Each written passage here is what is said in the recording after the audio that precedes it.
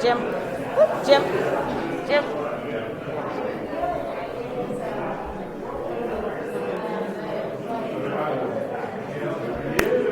Good morning.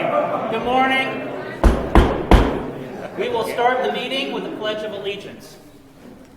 I pledge allegiance to the flag of the United States of America and to the republic for which it stands, one nation, under God, indivisible, with liberty and justice for all.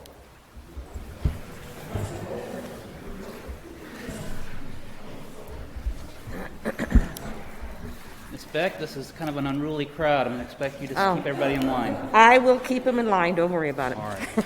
Good morning. Welcome to the February 25th, 2021 meeting for the Shawnee County Board of County Commissioners.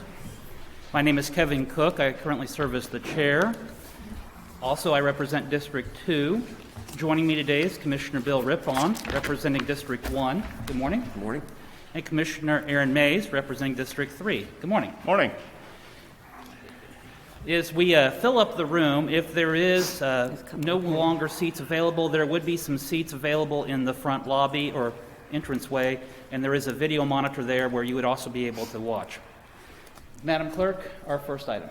Our first item is item 3, consent agenda. There are 4 items on the consent agenda. Are there any questions or a motion? I'll move to approve. Second. Motion made by Commissioner Mays for approval, second by Commissioner Rippon. All in favor say aye. All opposed? Reflect that it passes 3-0. Our next item.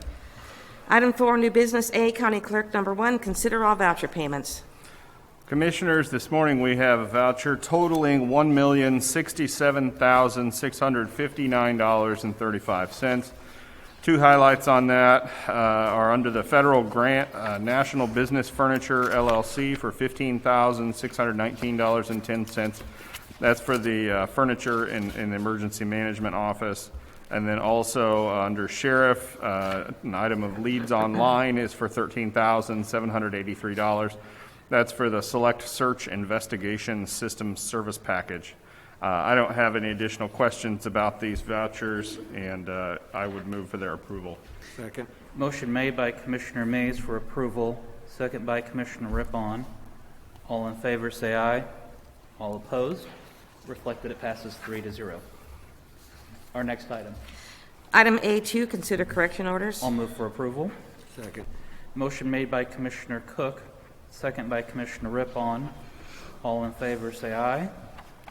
All opposed? Reflect that it passes 3-0. Our next item. Item B, Commission number 1, public hearing to resolve impasse in contract negotiations with ASKME.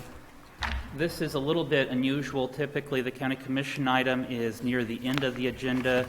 However, in setting today's agenda, I did move it to the beginning, anticipating that we would have presentations and a little bit longer item with public comment possible.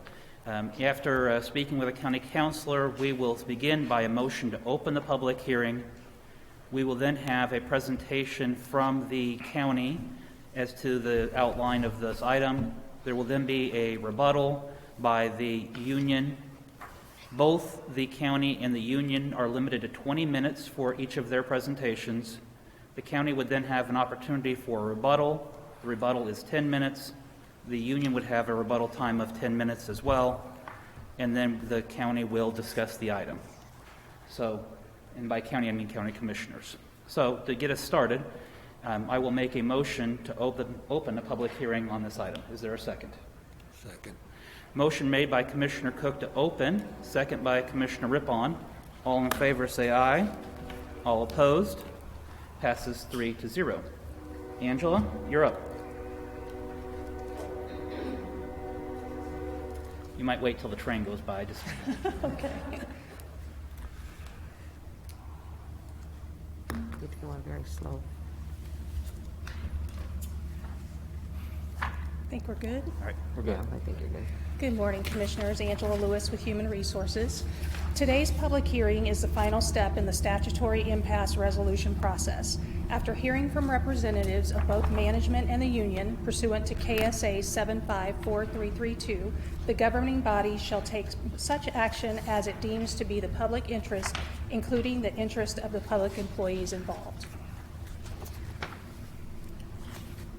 First, some context regarding the negotiations. We began our negotiations on January 16, 2019. We have met with ASFME's representatives 12 times in an attempt to reach a 3-year contract agreement. The parties declared an impasse on October 30, 2019. The statutory impasse resolution resulted in a fact-finding hearing on September 25, 2020, and the fact-finder's non-binding recommendations for resolving the impasse were issued on December 22, 2020. Management's negotiating team then met with ASFME 2 more times over the next several weeks to try to resolve the issues.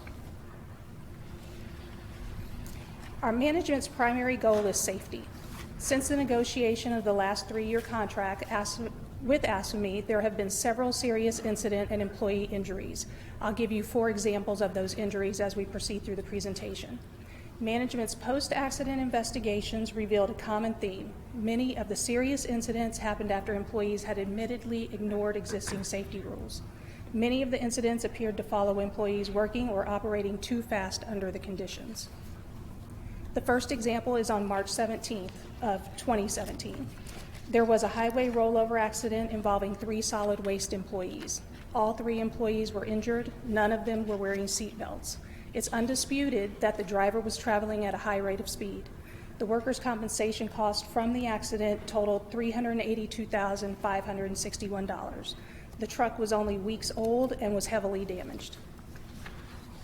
In April of 2018, employees were severely injured when a solid waste mechanic was driven over by the solid waste truck while he was working underneath it. This injury could have easily resulted in permanent injury or death. A witness testified that the driver failed to personally check to see whether the employee was out from under the truck before taking off. The injured employee issued a statement that the driver was in a hurry to go home. The workers' compensation cost from that accident was $44,936. On March 6, 2019, a collector was riding on the back of the truck in violation of a safety rule and hit a bump, causing the collector to bounce off and hit the roadway, suffering multiple injuries. He'd taken the time to get back into the truck, the accident would not have happened. A witness testified that the driver was driving at a high rate of speed. The workers' compensation totaled $12,981 in this case. Lastly, on September 4, 2019, an employee was injured when the driver reversed a truck with the employee still on the back. The employee became a paraplegic at the age of 24 as a result of the accident. The driver's statement was that he knew he was not supposed to reverse until confirming his collectors were off the back of the truck. The driver disputed that the safety rule is commonly broken because employees are in a hurry. The total workers' compensation is in excess of $694,042. The actual cost will be much higher as we continue to pay through our excess insurance. Our excess insurance has increased due to this accident. Shawnee County's workers' compensation for all claims from solid waste alone since January 6, 2016 are $2 million. Management's goals for negotiation are to eliminate the incentive clause that incentivizes employees to work too quickly, strengthen management's authority to discipline employees for violations of safety rules that result in bodily harm or injury, streamline the method of rebalancing routes so that the daily workload for all pertinent employees is more fairly distributed, and negotiate wage provisions that allow management to recruit and retain qualified employees. As we progress through, I'll be referring you to the sheets that you have there called the Summary of County Proposals. They're highlighted in yellow. The first proposal, the first provision is for safety. The proposal number is number 10. It's removal of the incentive clause and replacement with the requirement that all employees work a minimum of a 7-hour shift. It would also require that employees check in with the supervisor prior to departure from their shift to ensure all assigned duties have been completed. The fact finder's decision was agreement with the removal of the incentive clause, adoption of a management's proposal with added language that management shall not unduly withhold an employee's ability to leave when the normal assigned duties are completed. Management's position is that we should adopt the fact finder's decision with modified language. If you look at the summary of proposals, page 1, sorry, I have page 1. It says all bargaining unit members must work a minimum of 7 hours on a normal shift. An employee shall not be released until management has determined when all assigned duties have been completed each shift. Once an employee works the minimum 7 hours for the day, management shall not unduly withhold an employee's ability to leave when their normal assigned duties are completed. Open provision number 2 is for safety, and you would find that on page 2. It's number 12, addition of specific provisions regarding violation of safety rules, specific when progressive discipline would apply, when suspension or dismissal may be appropriate. Further include provision that the violation of the safety rules with injury or property damage may result in denial of the workers' compensation claim. The fact finder's decision was to reject the addition of specific provisions and instead add a more general provision in section 20.4 that all employees will adhere to safety rules as set forth in the Shawnee County Solid Waste Safety Manual. Management's position would be to adopt the fact finder language. Open proposal number 3 would be on the corresponding page 3 for safety. Proposal number 23, addition of safety expectations of employees during operation of solid waste vehicles to include a requirement that employees adhere to federal, state, and local traffic regulations, as well as safety rules and policies at a third-party facility. The fact finder decision was adoption of management's proposal, and management's position is that we should adopt the fact finder's decision. Open provision number 4, again, is safety. Proposal 24, addition of willful disregard of safety policies to be added to the list of terminable offenses. The fact finder decision was to adopt management's proposal, and management's position is to adopt the fact finder decision. The next open proposal is management's rights. It's number 5. Oh, sorry, I think I skipped back. It includes proposals 10 and 11, and I believe that's going to be on the corresponding pages 5 through 7. In an effort to give management the right to rectify unbalanced routes, the proposal provides that management will have the complete authority and discretion to modify routes and redistribute work among those routes absent approval from the Joint Labor Management Committee. The fact finder decision was to adopt the management proposal to unilaterally redistribute work among the routes, but reject management's proposal to modify the routes absent union input. Management's position is that we should adopt the fact finder decision to give management the authority to redistribute work among the routes, but reject the fact finder decision to require Joint Labor Management Committee input to modify the routes. Management needs to be able to engage in the modification of routes quickly and efficiently using new software purchase. The joint committee process is too arduous. Open provision number 6 is management rights, proposal number 21. In addition of the enforcement of establishment safety standards of a stated management right, the fact finder decision was to adopt management's proposal, and again, management's position is to adopt the fact finder decision. Provision number 7 includes wages, and the proposal is number 14. For 2020, a 1 scale change increase plus a 1 step, which results in a 3% increase. The fact finder decision was to adopt management's proposal, but apply it to all 3 years, give an additional 50 cents per hour for each employee at the top of the scale, plus in exchange for the removal of the incentive clause, management should implement a 3% base increase beginning in 2020, and an additional pay differential for collectors at $2 an hour. Management's position is to adopt the fact finder's decision, but wait to implement the 3% increase until the actual removal of the incentive. The incentive was still in place throughout the year of 2020. It is illogical to effecate a pay increase meant to accommodate its removal prior to it actually being removed. We do agree that we should adopt the additional $2 an hour increase for collectors, and additionally, management rejects the additional 50 cents per hour for an employee at the top of the step. Open provision number 8 is also with wages. It's a pay differential for commercial container maintenance or residential container maintenance employees. The $2 an hour for operating a rear load truck, $4 an hour for operating a roll-off, front load, or side load truck. The fact finder said that we should adopt this proposal, And by management, management's position is that we're already doing this, and we had agreed to it in a prior MOU back in June of 2020. So this is already in place. We just need to add it to the contract. Open provision number 9 is the clock in and clock out, proposal number 17. Add disciplinary provisions to the reporting time rules to provide that employees will be given 6 chances of failing to clock in or out in a 6-month period prior to receiving discipline. After that, the employee is subject to progressive discipline. The fact finder decision is to adopt management's proposal, and management agrees that we should adopt this rule. Last but not least, we have open provision number 10, the sick leave misuse. The proposal would be to add the MOU sick leave policy that a doctor, healthcare provider statement will legitimize the employee's use of sick leave, and we will remove the employee from sick leave misuse status.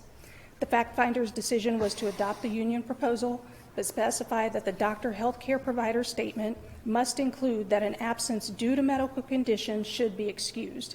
In other words, it's insufficient to provide only a doctor's note that says you were seen. The note must excuse the absence. Management's position would be that we reject the fact finder decision and keep existing language. This proposal results from one grievance that the union abandoned, and the existing contract language should remain. I'd be happy to answer any questions that you may have. Any questions for Angela? Seeing none? Okay. Thank you.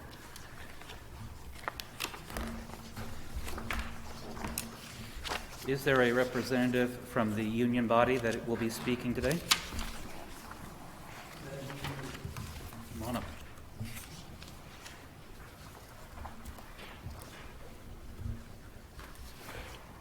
And if you could, state your name for the clerk. Yeah, my name is Gary Workman. I represent Ashme Local 1294, Chapter Chair, Negotiating Team.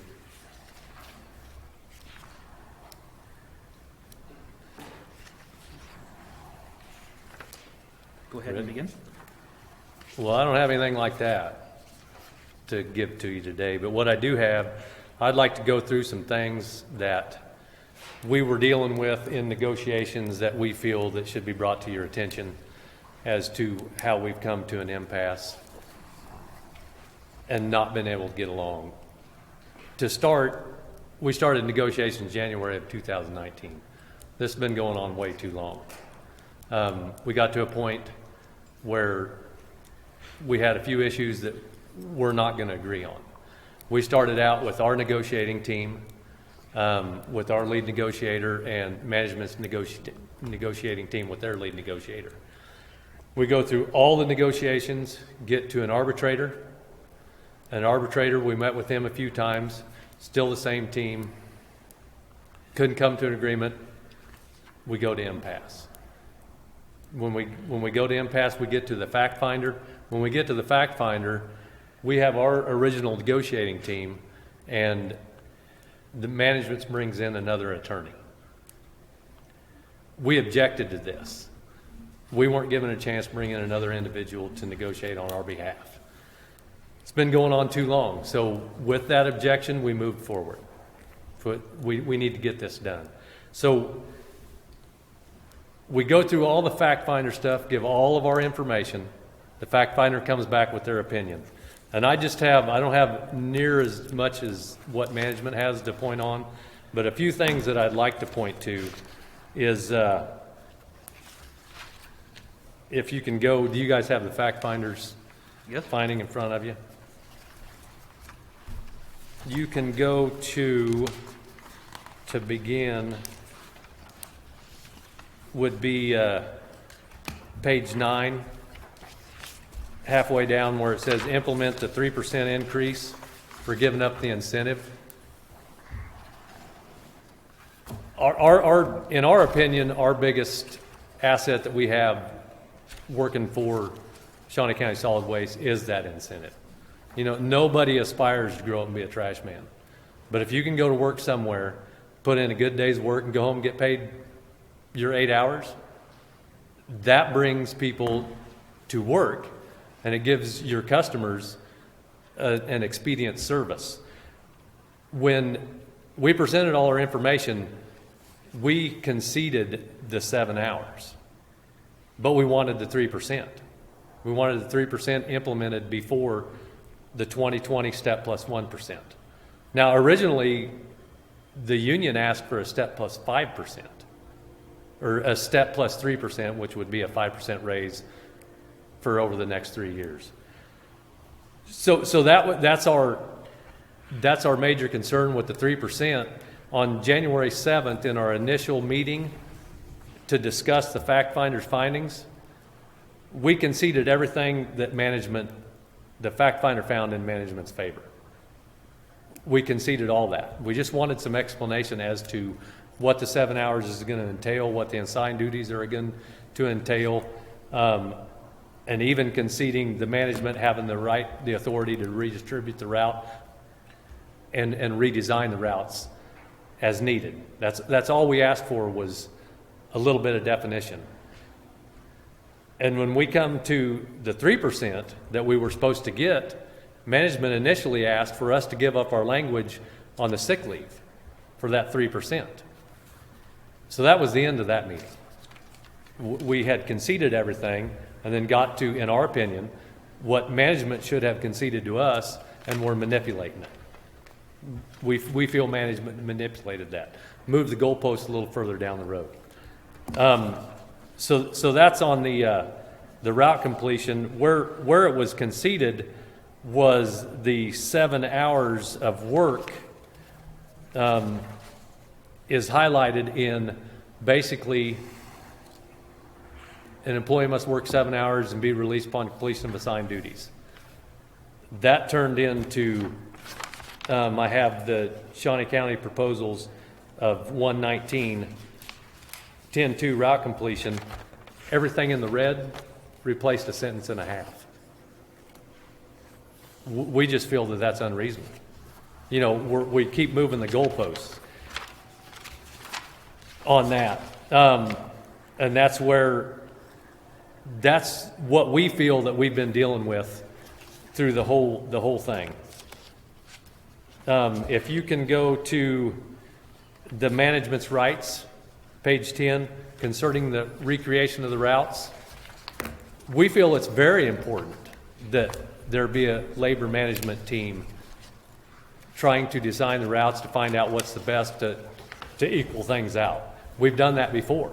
It's just the county continues to grow, and you have geographical boundaries that you have to work across to move certain customers into other routes.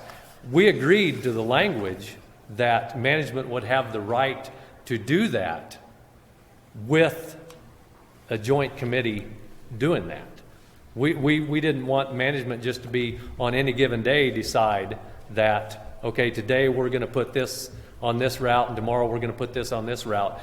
We want to have a seat at that table and have our input heard, not with solely the management's rights being able to do that. And if you will, again, the language simply gives management's right to the complete authority to modify routes. That's what we gave up. And we have an email from Angela Lewis, February the 11th, that route plan and review, I know this is hard to see, but that one sentence that gives management the complete authority to modify routes turned into another paragraph. So again, we've moved the bar. We just keep moving the bar forward and forward, and we change things after we've already given the fact finder all our information. That's where our, I don't know what you want to call it, that we're just at a loss at what to do. So we don't feel moving forward that we can negotiate when the bar keeps moving forward, and then we agree on something, and it's, well, that's not really what we wanted, so we're going to add this to it. You know, you need to agree to that. We're going to add this to it. It's a continual, perpetual,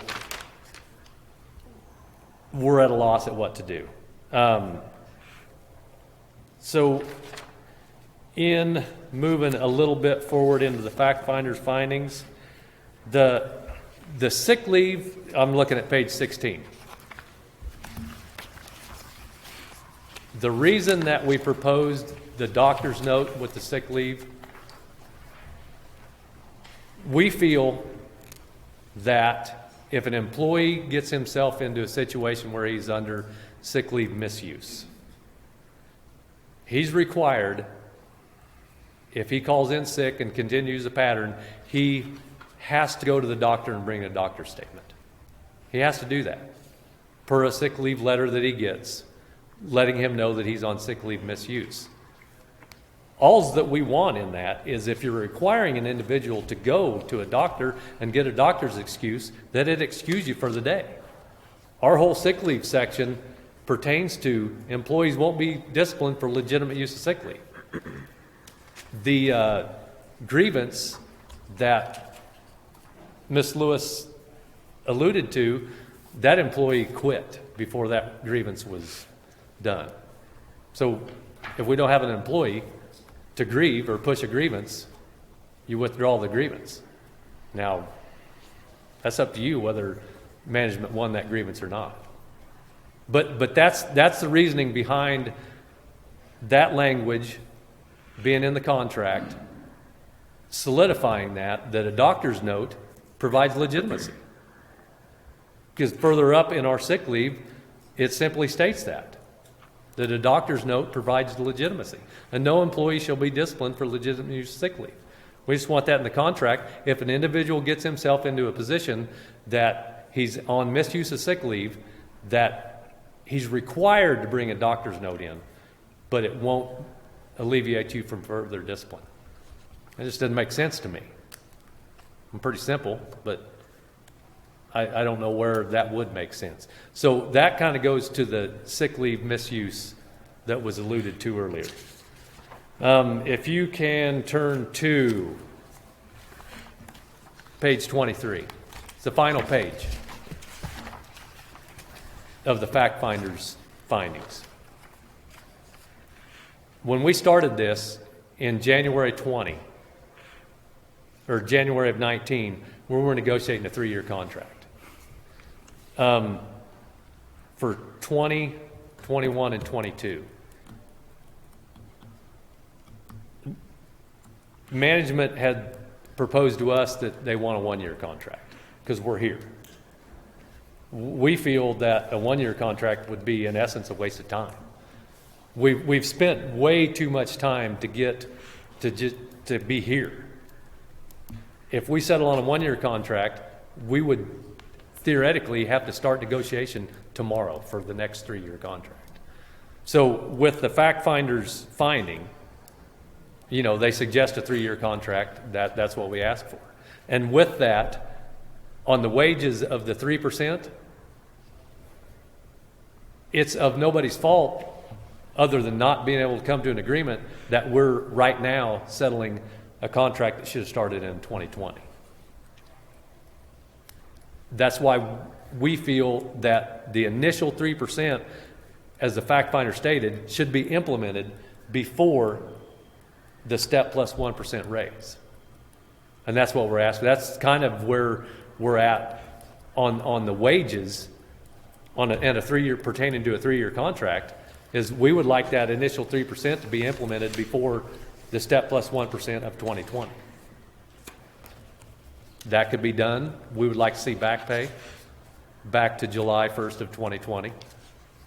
But that goes along with the 3-year contract starting in 2020. And it's understandable that, you're kind of paying for something that you're not getting until you get it. But that's where we're at. This is a contract for year 2020, not 2021. Everything is going to go into effect. I don't know if you guys are aware, but Waste Management's hiring right now for up to $22 an hour with experience. I think our drivers start at between $16.50 and $17. Without getting the wages and doing away with the incentive program, which in our opinion, that brings a lot of people to work here. Like I stated before, nobody wants to grow up and be a trash man, unless you're a little kid and you love the trash truck. But that incentive is, in our opinion, is detrimental to getting employees through the door. We can't hire people. Nobody wants to work. For one, $16, $17 an hour, they're talking about raising the minimum wage to $15 an hour. And you're going to be a driver in control of a vehicle with two people on the back of it in some instances. Some people drive alone. You have to have a DOT physical. You have to have a DOT health screening, a CDL. You have to have all that for 16 something an hour. The benefit to that is you get to go home in 4, 5, 6 hours.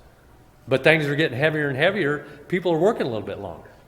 That's our opinion as to why that incentive should stay in place. Now, there's a lot of accidents. Well, actually, that's 4. That's 4 major accidents. This is one of the top 10. I don't want to say top 5 because that might not be correct. At least the top 10 most dangerous jobs in the nation. You got to expect to have accidents like that. It's going to happen. Now, the accidents that I seen on there were a combination of violation of safety rules, which we're all in agreement on safety rules. All of that. We have a safety committee that works on all that stuff. We have no qualms or quarrels about safety rules. But a lot of them accidents were a combination of maybe being in a hurry, maybe not paying attention, maybe not following safety rules. We don't feel all them accidents were attributed to somebody being in a hurry. It benefits the county management as well as it benefits the employee. People go out and they get their job done and they go home.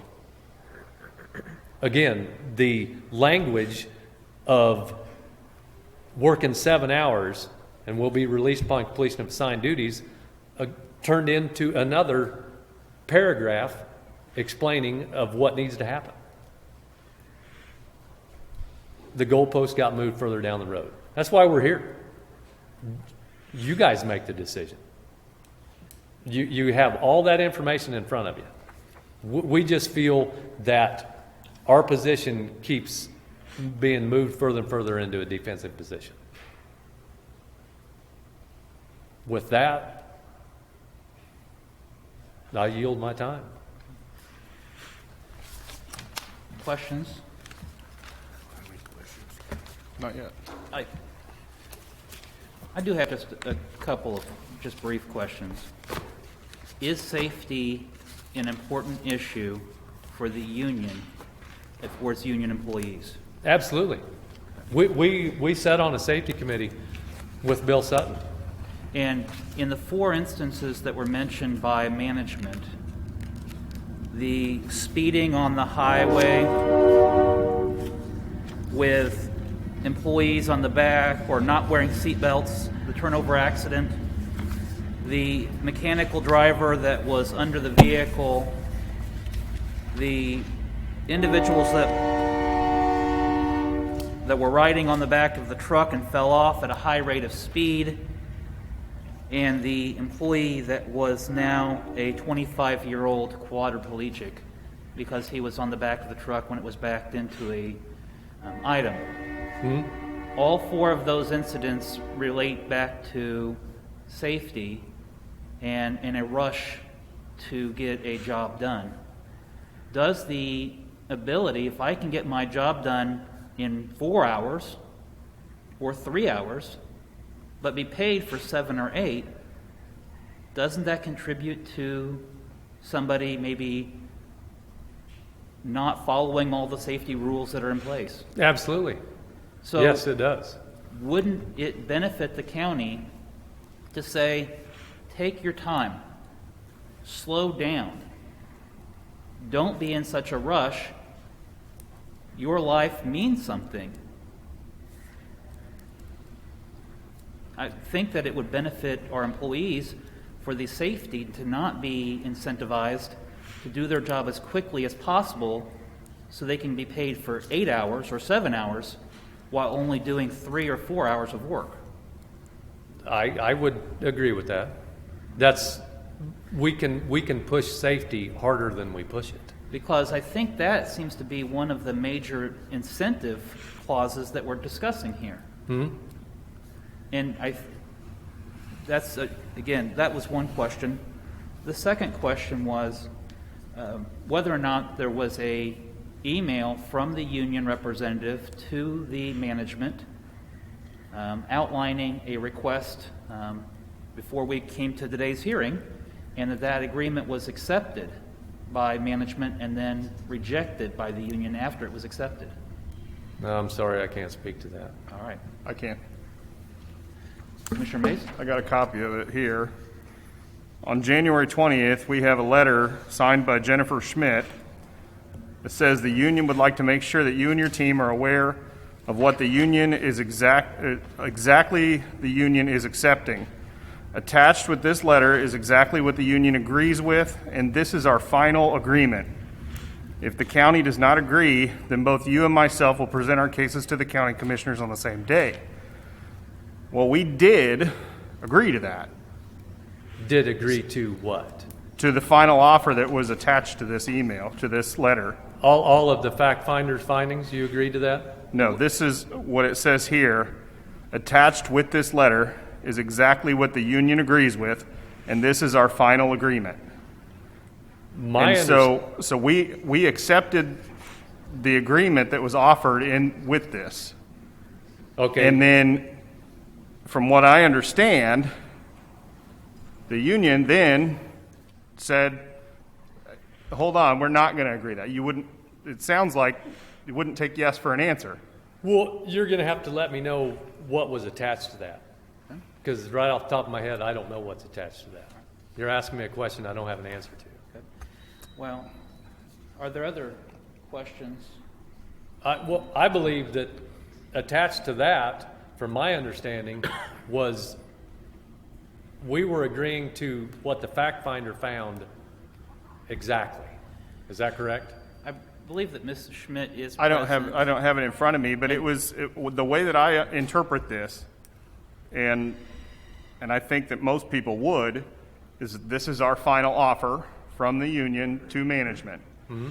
And it goes on to say basically that if we don't agree, then we'll be here today. What was the final offer?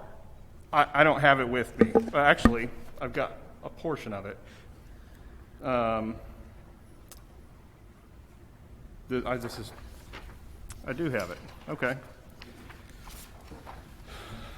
Well, I don't know that I want to read the whole thing, but it's got the 3% increase as a base prior to implementing any 2020 wage increases starting in 2020. I mean, pretty sure it is mostly the fact finder's findings. And so I guess the question to Ms. Schmidt is, if the county accepted your final proposal that was sent by email, why are we here? We are here, they did not accept it in its entirety. In the entirety of the fact finder's report, if you will reference back to it on wages, I believe, it is to start the 3% implementation of giving up the incentive program. Was supposed to start on 2020 prior to any wages being added, the other wages that across the board.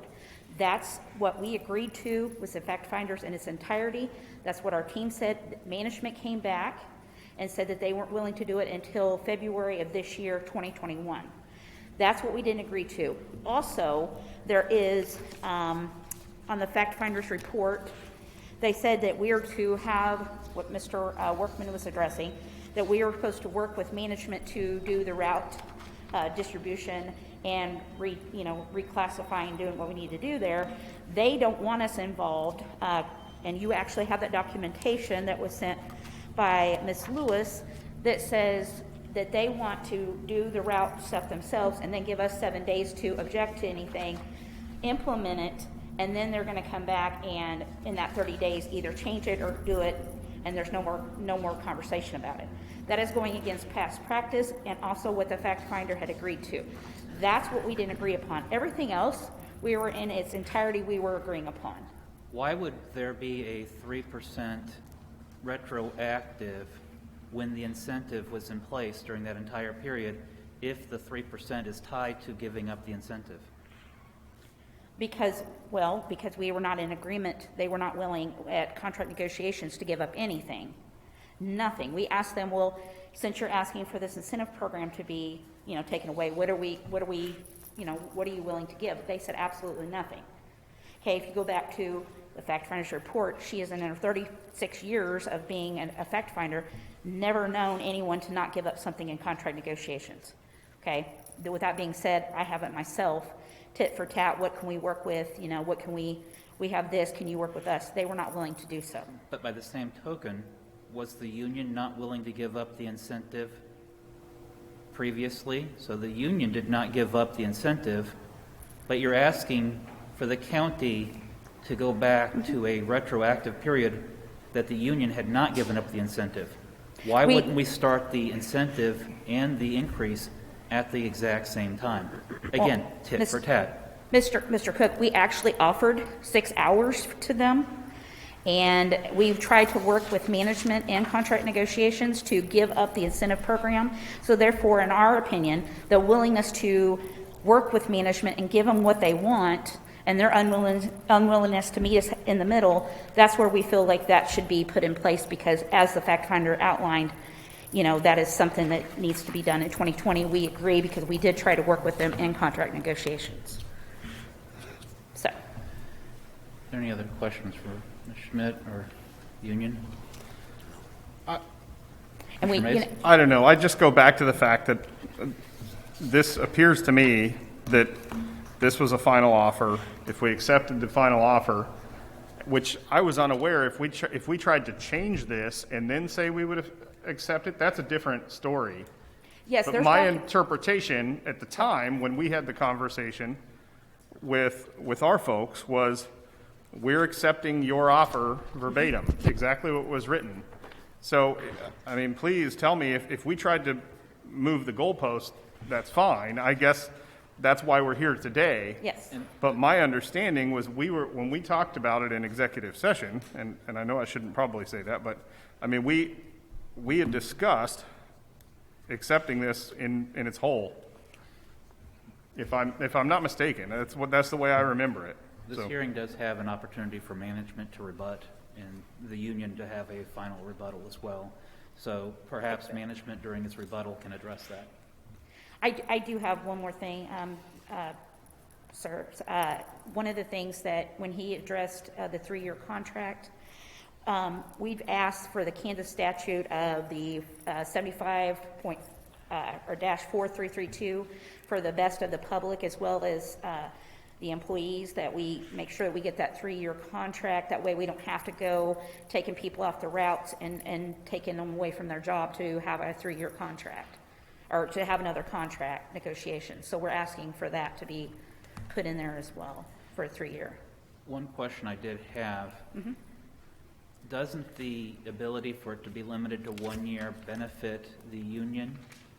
As the final arbitrators of this dispute, the county could say, you get 0% increase, and I'm again just talking hypothetically here, Yes. but the county could take the position you get a 0% increase, and we're removing the incentive clause, and this is a binding 3-year contract. By limiting it to 1 year, that opportunity for negotiation is limited just to the 1 year, as opposed to binding the union to a 3-year no increase and removal of the incentive. Well, there isn't anything that is binding that says that the county can come back and give wages. That happens across the state all the time. So at any time, if say Mr.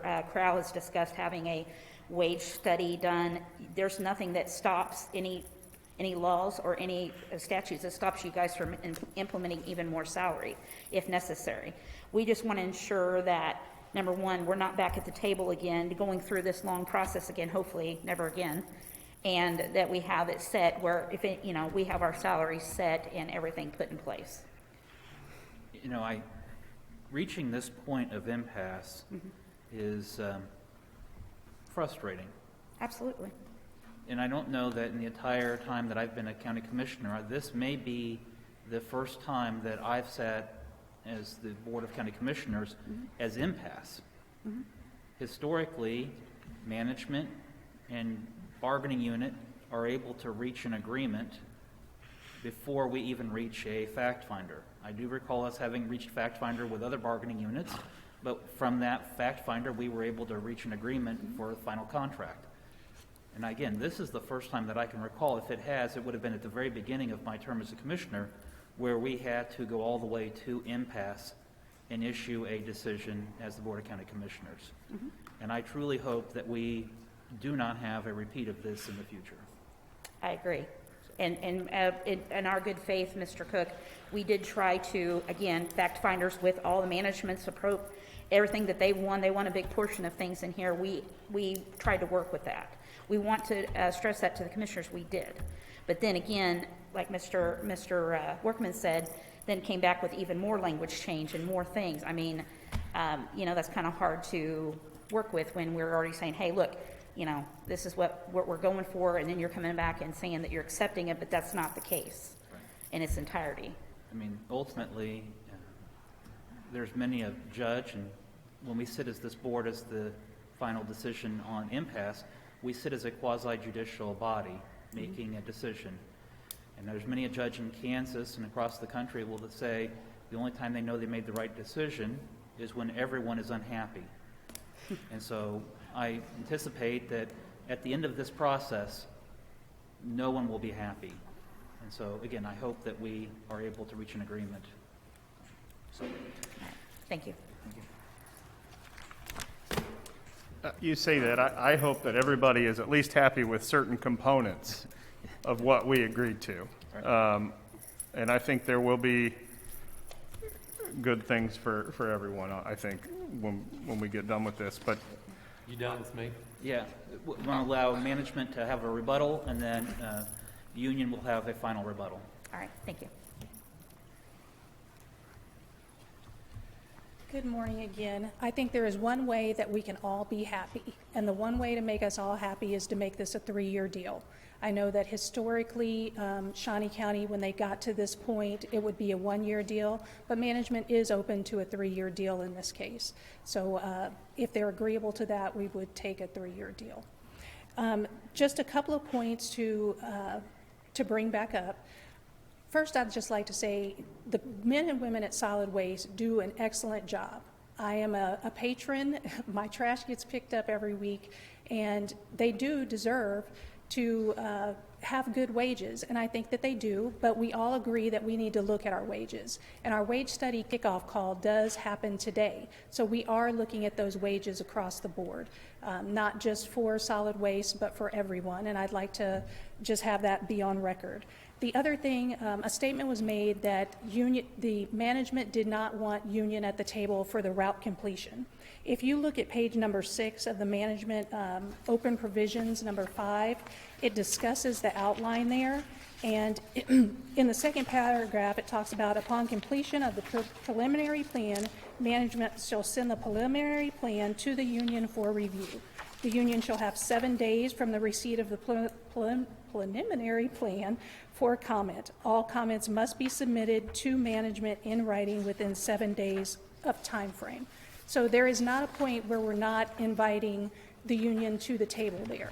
I believe that management and Bill Sutton, the director of Solid Waste, have a very good relationship, and as he was picking out the new software, that he even involved them. So that's not something that I'm seeing that we're asking them to move away from the table on. As far as the goalpost being moved, we didn't move the goalpost. We tried to clarify some language, and the route completion was one of them. That's all that I have. I'd be happy to answer any questions. Angela, as to the email that was sent from the union saying this is our final offer, was there acceptance of that final offer by management? There was acceptance of that final offer by management. Then they sent the fact finders agreement. You all have those emails. Questions for Angela?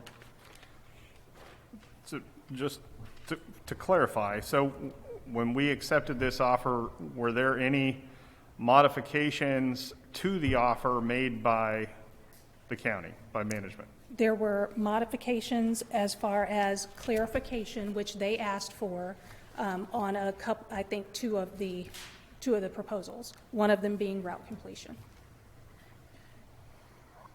As to when the 3% increase would begin, was there modification of that? No, there was not. We sent them an email previously that said that the additional 30% would happen on ratification of the contract. Okay. Any other questions? I don't think so, not yet. Commissioner Rippon, nothing? No, I think that clears a lot up. This is an opportunity then for the union to have a final rebuttal or statement.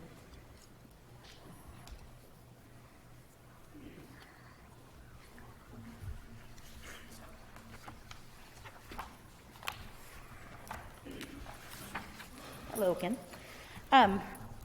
Ms. Lewis had addressed that she said that we asked for clarification on routes, on the route distribution and getting that situated.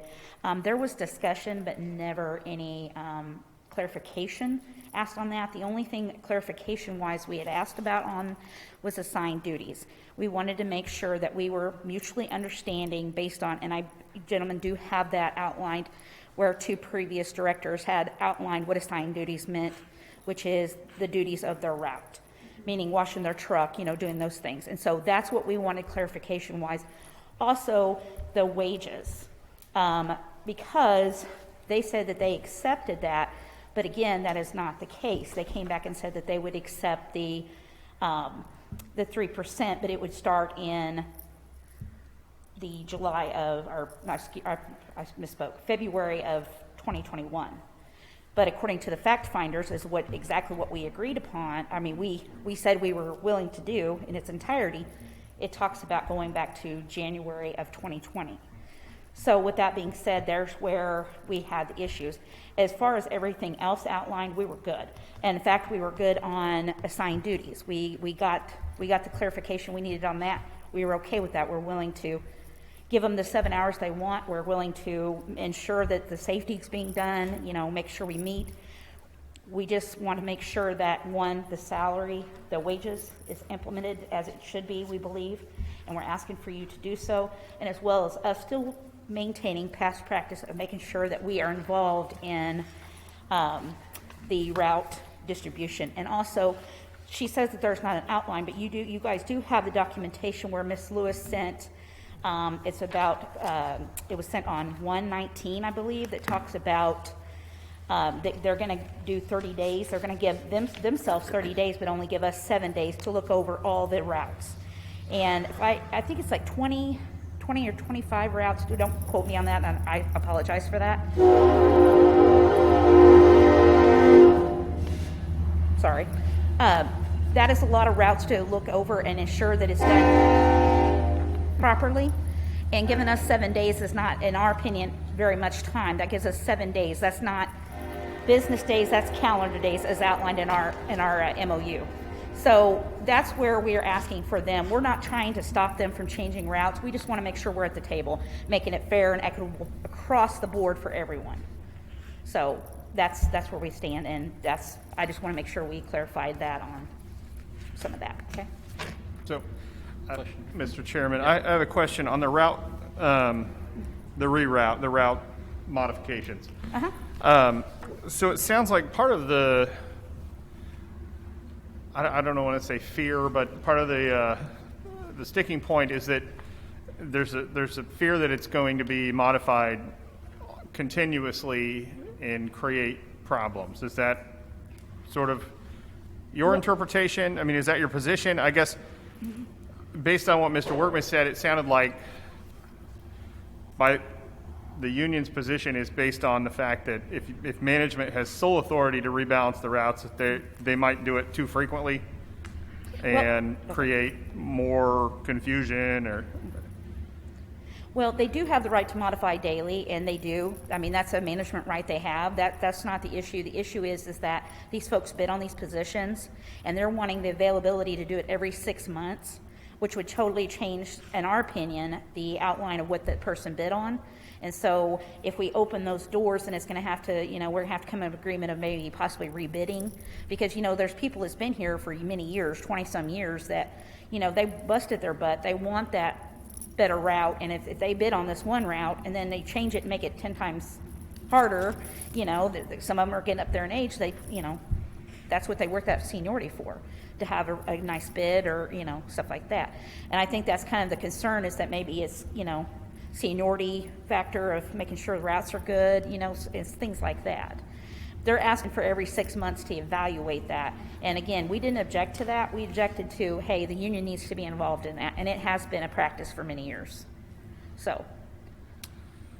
Right, and I understand that, I think, but, we did make an investment in a routing software that is probably being underutilized to increase efficiencies in terms of balancing the workload a little bit more than it is already, as well as, potential fuel savings and things like that might come about from having trucks more evenly distributed in terms of weight and things like that. So, I mean, I feel like if that's a sticking point, that's something that maybe we need to work on, balancing the frequency at which we do that, so that maybe when they make their bids, they have a little bit more, I guess, I don't know. It'll help us, I think, to balance the routes a little bit more, but still also give them the ability to bid on, a more stable shift or route. If 7 days is too short, does 10 days, 12 days? No, the union believes that we need to be at the table with management and going over it. I mean, and not only that, computer stuff is great. I agree with that, but nothing takes hands-on experience with the folks that are on this ground day in and day out to say, hey, the bulky's here and the bulky's there. These people put it out more. That's stuff that a computer cannot pick up on. And route sufficiency, yes, like, hey, we can put 15 routes or 15 people over here. But as far as like how people's loads are and stuff like that, that's something that a union person would know, especially chapter chair or chief negotiator in our union. So that's what we're asking for. It's just to have a seat at the table. And they've done it years ago with Mr. Ross and Mr. Workman, and it worked out good. But it's been some years, and we agree it needs to be done again. So that's what we're asking for, is our seat at the table to negotiate and make sure that that's done. And so. How often are these bids done? I mean, They're done. It's a permanent thing. Like, they bid on it, and then that's it, and unless they bid somewhere else. So. And it's based on seniority? Yes. Isn't part of that bid process also who they're on that crew with? That a lot of times people want to be with certain other people, Yes, as well as not necessarily the route itself, but Yeah. so much as the crew that they're with and the amount of, like you said, the bulky items. If you're on a route where you're throwing away sofas every day, maybe that's a different thing. Yeah, absolutely. Yeah. Well, and a lot of the collectors like the drivers, because, the drivers they got a certain system with the drivers and it works well, and they work really well together. Yeah. So, yeah, absolutely. And didn't that lead to one of the issues with the sick leave and why we have the doctor's note that if the driver wasn't available, employees would call in sick because they didn't want to have a replacement driver? Wasn't that one of the concerns? Actually, no, that wasn't the concern. The concern is that the gentleman came to work. It was based on his supervisor saying that, his word against the employee. The employee went and met the obligation at the hospital and found out he had real bad heart problems, blood pressure and stuff like that. And he had not went to the doctor and found that out, he would have known those things. And he had not been feeling well and still had been coming to work. But again, the only reason that was dropped was because that employee quit. And, without that person there to testify and to account for it, that's why it was dropped. The only reason it was dropped. So. Any other additional questions? Vaughn? no. I would say, though, that my preference is to do a 3-year contract as well. And that was, I think, part of the reason that we had initially said we wanted to agree to these terms, because nobody wants to be back here again 1 year from now doing the same thing. I mean, if we're not agreeing on things today, there's a very good likelihood that we're not going to be agreeing on the exact same things 1 year from now. And so, I mean, if we can do a 3-year contract, that'd be my preference as well. I know it's typically customary at an impasse to do a 1-year contract, but it seems that both parties are sort of in agreement on the willingness to do that. So,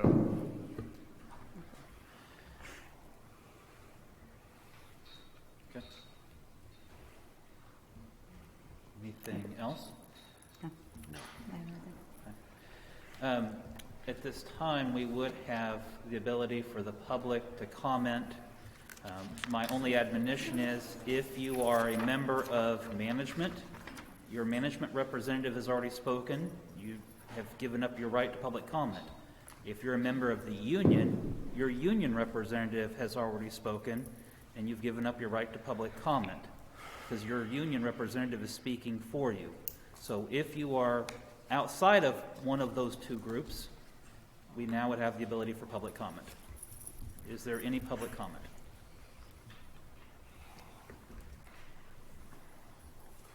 Okay. Having consulted with our county counselor prior to the meeting, I think that it would, at this time, we are at a spot for the county commission to deliberate and make a decision. It would be my preference for us to do this by written decision and to take the matter under advisement. And so at this time, I don't know if the other two commissioners would see weight in that. I think that we've heard a lot of testimony today. We've heard a lot of decisions on both sides that would affect the union as well as management for potentially 3 years. So rather than making a decision at the table off the cuff, I think this is a matter we should take under consideration and issue a written decision on. I agree with that. But I just kind of want to also say, you know, I don't want to ever give the appearance that we don't value the work that our solid waste employees do. I mean, just last week we had sub-zero weather. They're still out there hanging off the back of a truck and picking up people's trash in the snow. And I think, you know, that's certainly something we want to reward them for the hard work that they do. I feel like whatever we end up with, I'm going to do my best to make sure it's a fair decision for everyone. So just want to put that out there, let you know how much we value you. I would echo those concerns.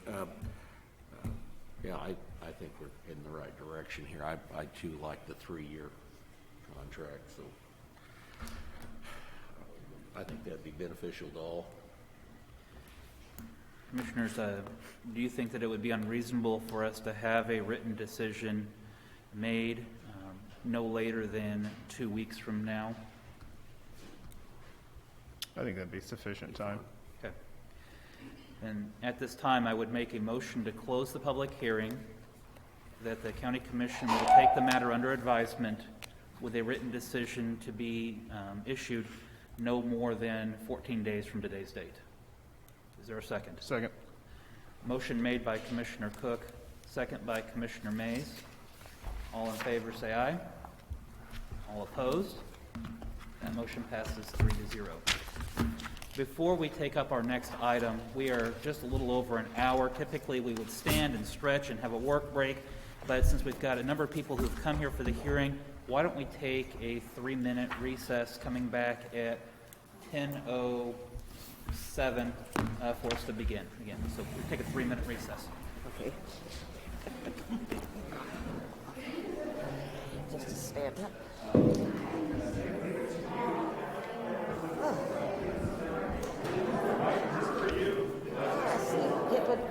Let's see, that's all the...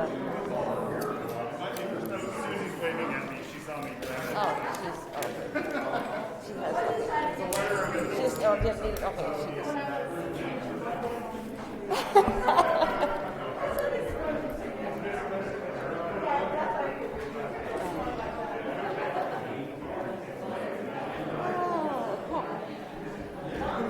Yes.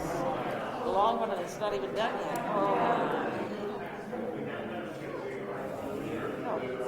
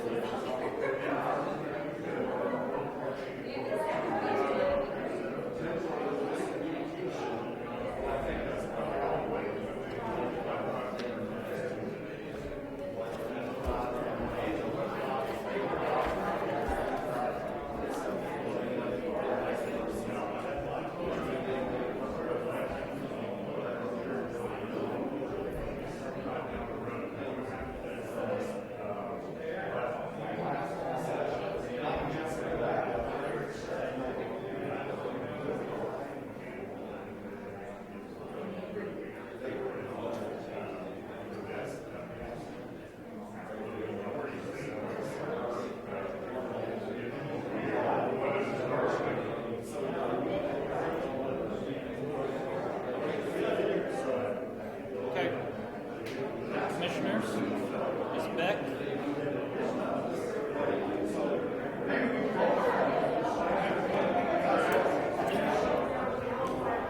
Bill.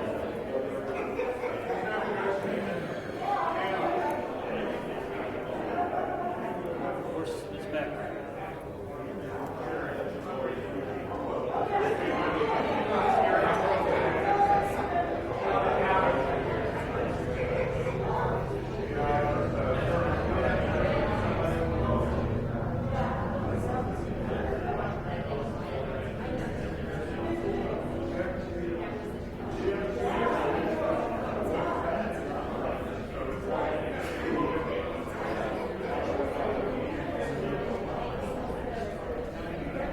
Can't get started without the clerk. Use the mic. Yeah. Call in Miss Bell. Call in Miss Bell. Where is she? There she is. Back. Oh, okay. Bill.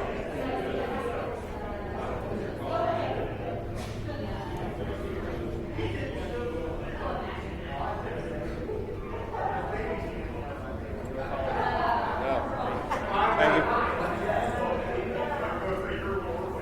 All right.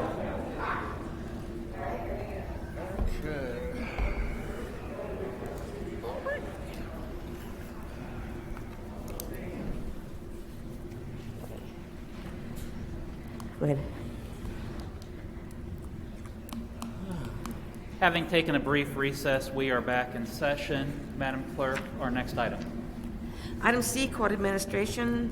Number 1, consider authorization and execution of contract C91-2021 with Oracle for the 2021 database software maintenance agreement used to save, index, and retrieve court information at a cost of $4,826.51 with funding from the 2021 budget.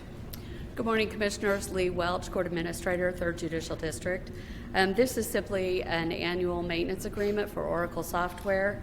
This is the database system that we use to house our administrative functions such as human resources, our system interfaces with our case management system, and indexes for document management functions. I'd be happy to answer any questions. Any questions regarding the item? I have none. I'll move for approval. Motion for approval by Commissioner Rippon. Is there a second? Second. Second by Commissioner Mays. All in favor say aye. All opposed? Reflect that it passes 3-0. Thank you. Our next item. Item D, Emergency Management. Consider approval of request to seek proposals for the following estimated items for capital improvement projects. CIP 18 radio sustainment alternate, $18,876.19. CIP 20 vehicle consoles, $17,781. And CIP 21 bidirectional amplifier for EOC, $31,000. Good morning, Commissioners. Interim Director, Shawnee County Emergency Management. These are 3 projects that we have in the past been approved for. One being the radio sustainment project, which allows us to kind of have a redundant and backup system to our current radio communications in case something were to happen to the current system. It also strengthens that system, which allows for greater range and frequency selections. The vehicle consoles, if you'll remember, 2 years ago we had an emergency vehicle purchase due to 2 department vehicles going down on us and not being repairable. So we purchased 2 unmarked Chevy Tahoes. What this would allow us to do, being those vehicles are totally unoutfitted and unmarked, it would allow us to put radio consoles in, put radio systems in there, along with emergency lighting and controls. So when we are out at the severe storm watching, out of control wire fires, flooding, things like that, it just improves the safety factor in communications within those vehicles. And the third project being a bidirectional amplifier for the EOC. This increases the communications capacity within the Emergency Operations Center and allows for better internet connectivity, radio communications when we're down there, considering we are pretty much in a bomb shelter where frequencies have a tough time getting out to begin with. These projects were put on hold due to the COVID pandemic. We have chatted with Director Greiner and asked for permission to proceed with these 3 projects, and she's given us clearance to do so. We would ask for these 3 projects that you would allow us to issue a request for proposals to come up with exact cost figures, so we have something to bring back to you for approval. I would stand for any questions you may have. Questions for Director Mahan? Nothing for me. Aaron, you mentioned those vehicles were unmarked. Is there a Oh, reason? they are marked on the outside. Oh, marked on the outside. With emergency management. I misunderstood you. Okay. Any other questions? I'll move for approval to proceed to a request for proposal or for these items. Is there a second? Second. Motion made by Commissioner Cook, second by Commissioner Rippon. All in favor say aye. All opposed? Passes 3-0. Thank you. Our next item. Item E, Human Resources, number 1, consider authorization and execution of contract C-92-2021, amendment with Surency to carry over additional funds from 2020 to 2021 from both health and child care FSA accounts. Good morning, Commissioners. Angela Lewis with Human Resources. This amendment would allow us to, just as the clerk said, move resources that were allocated for 2020 in the healthcare spending and child care spending accounts to 2021 for our employees. I think we'd all agree that due to COVID, many appointments were canceled and daycares were closed, and there wasn't a good way for people to know how much they should have kept for 2020. Be happy to answer any questions you have on this contract. Any questions? None. Is there a motion? I'll make a motion, just noting I think this is a really good idea, so. I'll second. Motion made by Commissioner Mays, second by Commissioner Rippon. All in favor say aye. All opposed? Passes 3-0. Thank you. Thank you. Our next item. Item F, Audit Finance, number 1, consider approval to issue a request for proposal for the banking services for Shawnee County. Good morning, Betty Greiner, Director of Administrative Services. Our last request for proposal for banking services was in 2012, and we changed banks to UMB in March of 2013. In working with the county treasurer and the county clerk, we have decided that we think it is time for us to go out and do another RFP. This in no way says that we are unhappy with our relationship, with our current bank. We have been very pleased with them. We just think that, given the time that has passed, it's time for us to do an RFP and just make sure we're being good stewards of county resources. So this RFP would have to include services like remote capture, the lockbox that we use for the real estate taxes payments by check, and then also the smart safe services that we have begun for cash. Also, any proposals would be submitted through our new electronic procurement system. I have included that link right on the memo just for public knowledge of where they would go to that. We will also be sending out emails to all the banks in the county. By state statute, the bank has to have an office in the county to qualify to be our county bank. I know that our county treasurer is here if you have any questions for him, or I'm sure Cindy and I would be happy to answer any that you might have for us. Any questions for Betty Greiner? Betty, real quick, do we send this out to the Bankers Association at all so they can spread it within their membership? Well, I guess we could send a notice to them just of where the bid is posted on our website. I think generally we will definitely send out something to each bank that some type of a notification to them, but we could send it to. I think it might help us get more responses if we did that, so I would appreciate it if we could. And there is some limitations. I mean, there are only so many banks that have the lockbox service that they provide, so sometimes that is one of the limiting factors in who can really do, give all the services that we provide, that we need to be provided. Appreciate it. Any comment from Ms. Beck? We did all our talking on a Zoom meeting, and we agree with what Betty put before us, before you. So. Any additional comment from Treasurer Ma? Right.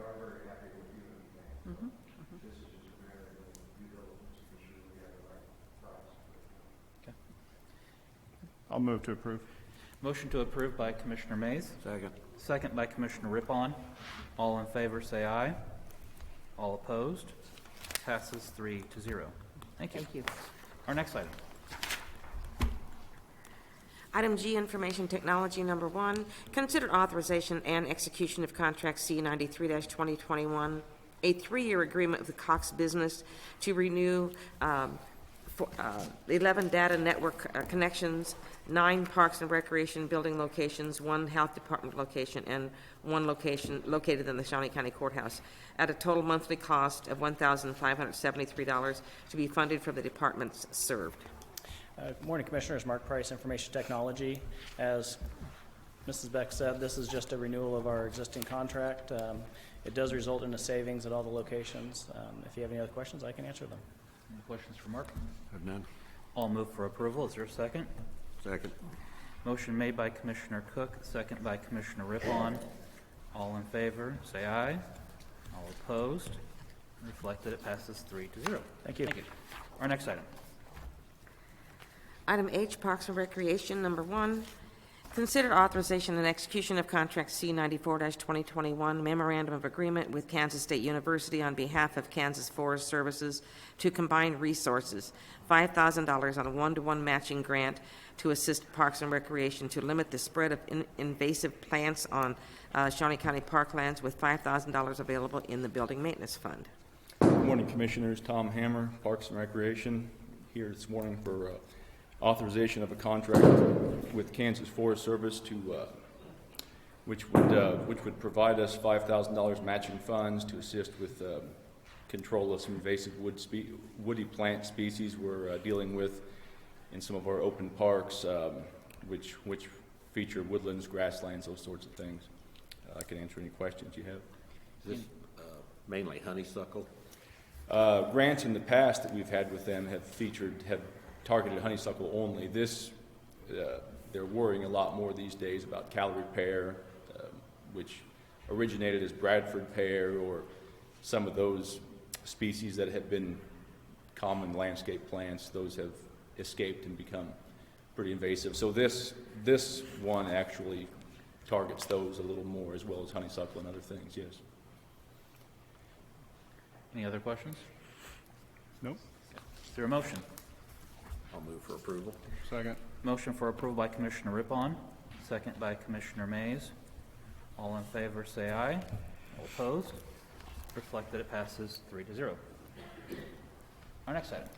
Item H2, consider approval of request to solicit bids for selected maintenance functions in an additional 20 park parcels equaling 275 acres and 10.5 miles along trails to be funded through the department's current operating budget. Good morning, Commissioners. Jeremy Myers, Shawnee County Parks and Recreation. Today before you, we're asking permission to go out for RFP for these parcels in our park system. We have noticed over the years that we have some cost savings and efficiencies with contract work. And if you have any questions, I'd be happy to answer. Any questions? Yes. Yes. Are these mowing contracts, or are these for other? Yeah, What else involved in these? Yeah, general maintenance contract consists of mowing, edging, aerating, and seed, fertilization, just making sure our parks meet our standards of our maintenance standards. Does it include flower beds as well? This contract will not. Okay, that's probably a good thing. Have we studied or looked at, is this a real cost savings as opposed to doing our own mowing? Yeah, we look at not just staff wages, but we also look at what our fleet crew does as far as bringing in mowers and all their time, expenses on, oils and any lubricants for that kind of stuff. So a lot of that gets passed off or unnoticed in some of our own internal budgeting as well, because the repairs on some of these mowers and the expenses that it takes. But then we also go into seed and fertilization and aerating that we don't have to pay for these parks. So our expenses will go down in these type of areas as well and be put on the contractor. I've noticed some of our contracts, they seem to do pretty good beginning of the season. And then as the season winds down, they're not so good. I don't know if they're running out of money on their contract and they feel like they have to scrimp at the end. Is there ways that is there a way we can eliminate people who do not follow through on their contracts? I know we had one park that it was mowed all year by a volunteer. Yeah. To answer your question, I think I meet with each contractor at the beginning of the season, and if there's issues, the public will let us know too. And if they want to put anything on C-Click Fix, the app that they have, they can report things, or they can call Shawnee County Parks and Rec directly. We want to handle any issues that there can and address that with the contractor. Our maintenance levels are spelled out for them in the bid specifications that we have. It's pretty clear as to what the expectations are. My expectations for these parks are probably even higher than some of these maintenance standards, but we are working with the contractors, and if it doesn't work out, there's a thing that we can, or a clause in the contract that we can eliminate unless they do not fix the problem within 48 hours. How many different contracts do we have for mowing? Contractors or contracts? Yeah, contractors. Contractors, currently we have 3 contractors, all local-based contractors. What percent of our parks are we mowing with contract mowers? Right now, probably around 45 to 50% of the contracts we have currently. That includes sports fields, inside of the turf at the pools, and then a lot of our local parks and around the community. Commissioner Rippon, I think that in years past, what I've seen is the Parks and Rec following back up and having a individual as part of their job duties, making sure that the parks are getting mowed, and just a checks and balance with our contractors. And I know that over the last year that Parks and Rec did a much better job than they had maybe in some of the years past. And so I think some of those concerns that you bring up have been addressed and have been alleviated, especially by, again, checks and balance on contractors, making sure what they say they are doing is actually being done. I think one of my big concerns was the flower beds. They aren't as good as they used to be. And maybe that should be a separate type of contract, because mowing contractors aren't generally great at keeping flower beds up, and they haven't in the past. And it's a huge difference in what we used to have and what we have now, and in regard to that quality of beds that we used to have. So I just like to see that out of the contract with the mowers. Okay. Any other questions? Is there a motion? I'll move to approve. I'll second. Is there any other discussion? Hearing none. Motion for approval by Commissioner Mays, second by Commissioner Cook. All in favor, say aye.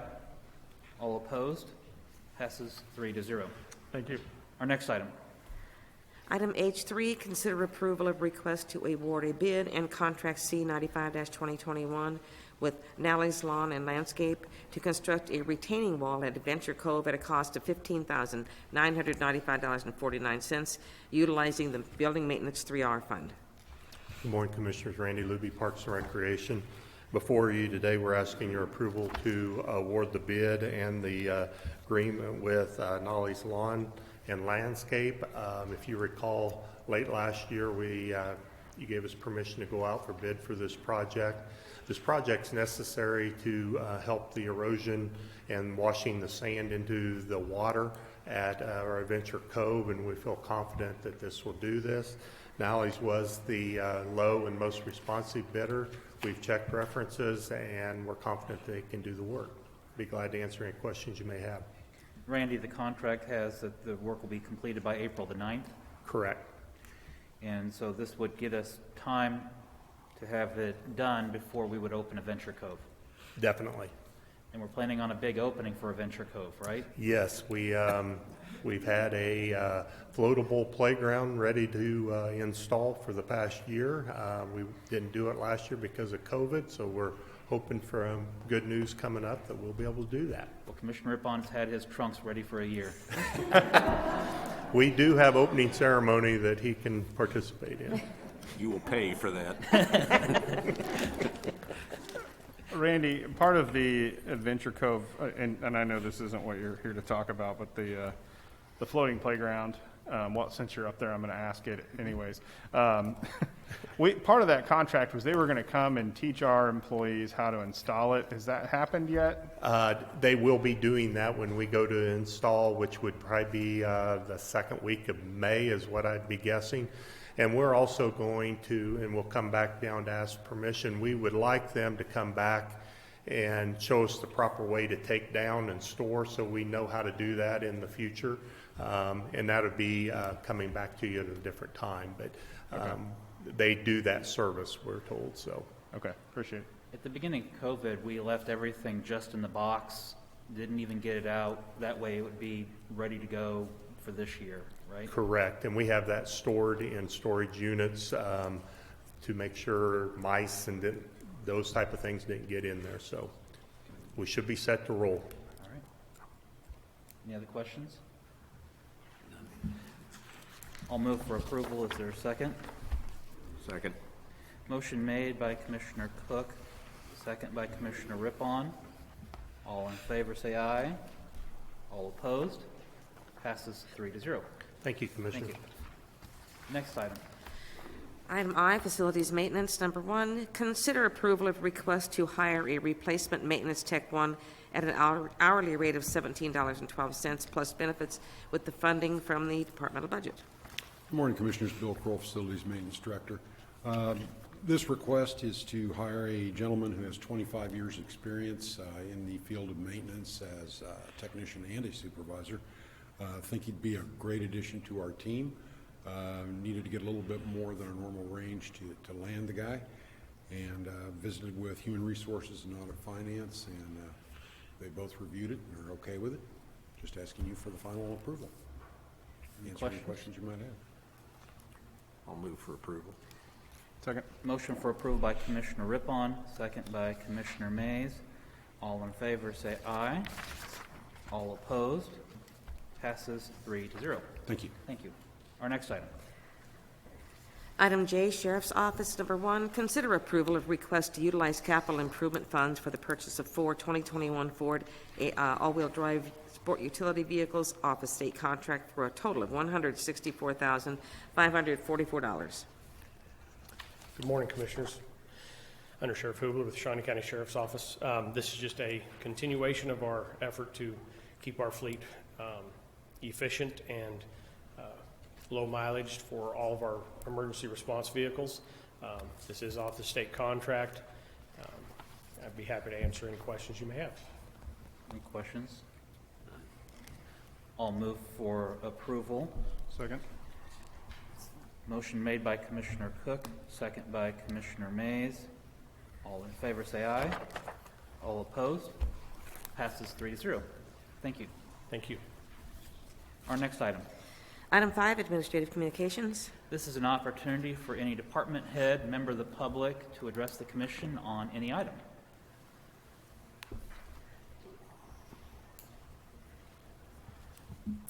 Good morning.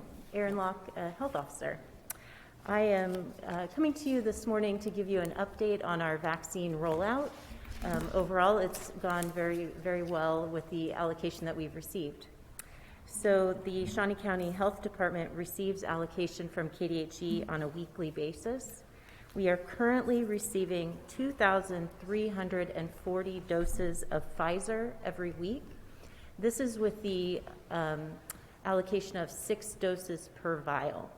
And these are first doses, and we get a separate shipment every week of boost doses, so second doses. And that is, they come as needed for the individuals who were vaccinated several weeks before. So I just wanted to clarify that because there's been confusion. We do anticipate that we will receive increased doses in the coming weeks, but at this time we have no details about when or how much that will be. And in order to most efficiently distribute our vaccine into Shawnee County Arms, we have formed a collaborative with it's the Health Department, Stormont Vail, St. Francis, Grace Med, and the VA. Grace Med, actually, we've had some good news from them this week. They are a federally qualified health center, and as such, they now qualify to receive direct federal allocation. That will start March 8th, the week of March 8th, and we expect 300 prime doses to arrive that week, with an expectation that over time that will increase as well. They will remain in the collaborative with us, but will be utilizing additional federal vaccines. So overall, this is an increase for our county. We are currently in phase 2A, as you know, and we continue to vaccinate individuals over the age of 65. There are multiple different sites or opportunities for individuals in this age group to be vaccinated, including all of our collaborative partners, as well as additional pharmacies in the county that we've mentioned before that receive direct federal allocation. So that would be Dillon's, Walmart, and Doug's Pharmacy in Rossville. As of last week, nearly 18,000 individuals over the age of 65 had been vaccinated, and we are currently updating our numbers for this week. We will release those on Monday with our weekly update, our vaccine update. In phase 2A, we are also vaccinating K through 12 staff, and this is with additional allocation that we have received from KDHE. All first doses will be administered to K through 12 staff by the end of this week or tomorrow, and that is more than 4,000 staff. I do want to take a moment to recognize that this was quite a unique opportunity to work together, that the schools, the health department, Stormont Vail, and St. Francis were able to work through the logistics of that. And aside from the weather getting in the way last week, it went very smoothly. As we look ahead in phase 2A, we anticipate expanding to childcare and mass transportation.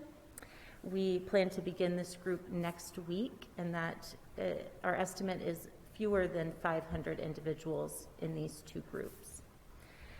As we continue to look ahead in phase 2A, we are actively pursuing those over the age of 65 who have barriers to vaccination.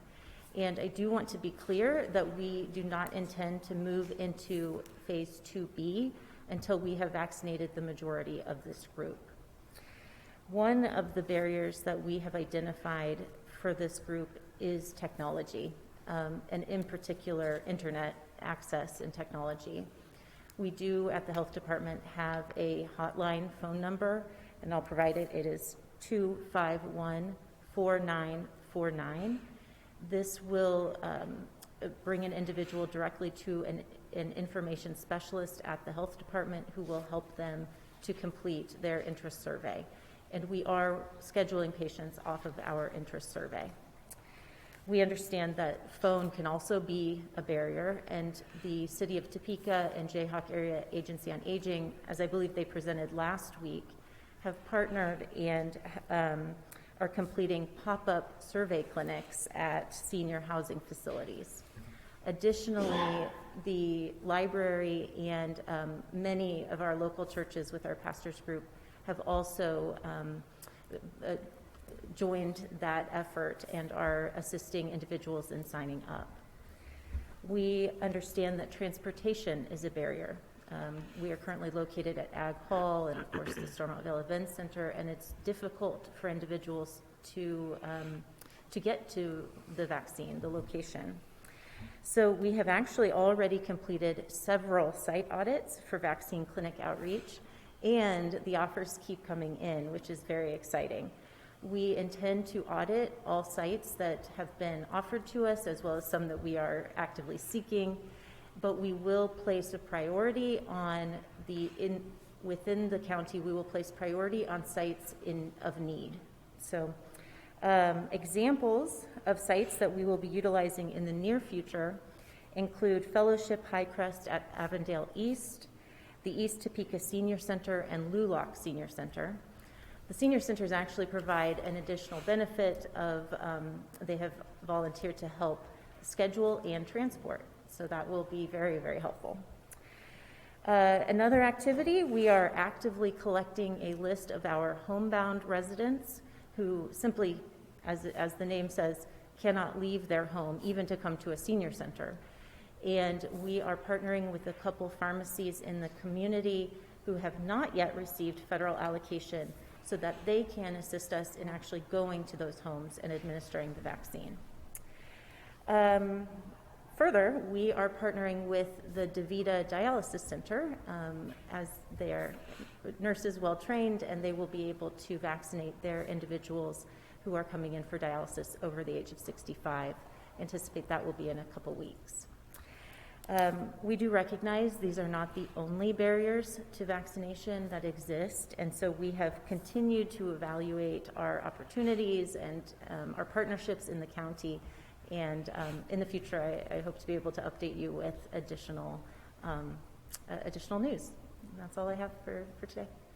Doctor, I just want to clarify, we are receiving how many doses per week from our allotment? Yes, 2,340 doses of Pfizer, and this is the allocation that we receive from KDHE to the county. And is that separate than what would be received by Stormont or St. Francis? Well, thank you. That's a very good question.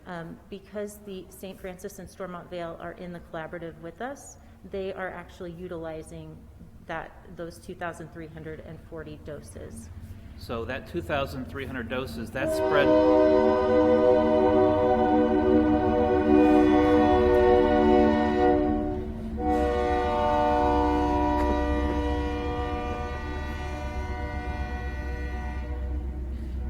That's spread between those three facilities. Yeah, that is correct. Okay. We have, so that's what I refer to as the state vaccine that comes through the state, through KDHE. The VA, soon GraceMed, and then the pharmacies are receiving additional vaccine that is directly from the federal allocation. With over 175,000 individuals in Shawnee County, it will take us forever to vaccinate everybody at this rate. Is there any discussions or anything that we can do as a county to try to increase our allotment? We pester the KDHE quite frequently. I will say that the health department has been very active in pointing out our need, that we have particular groups of people at high risk, that we are a more populated county, and have been asking quite repeatedly for additional vaccine.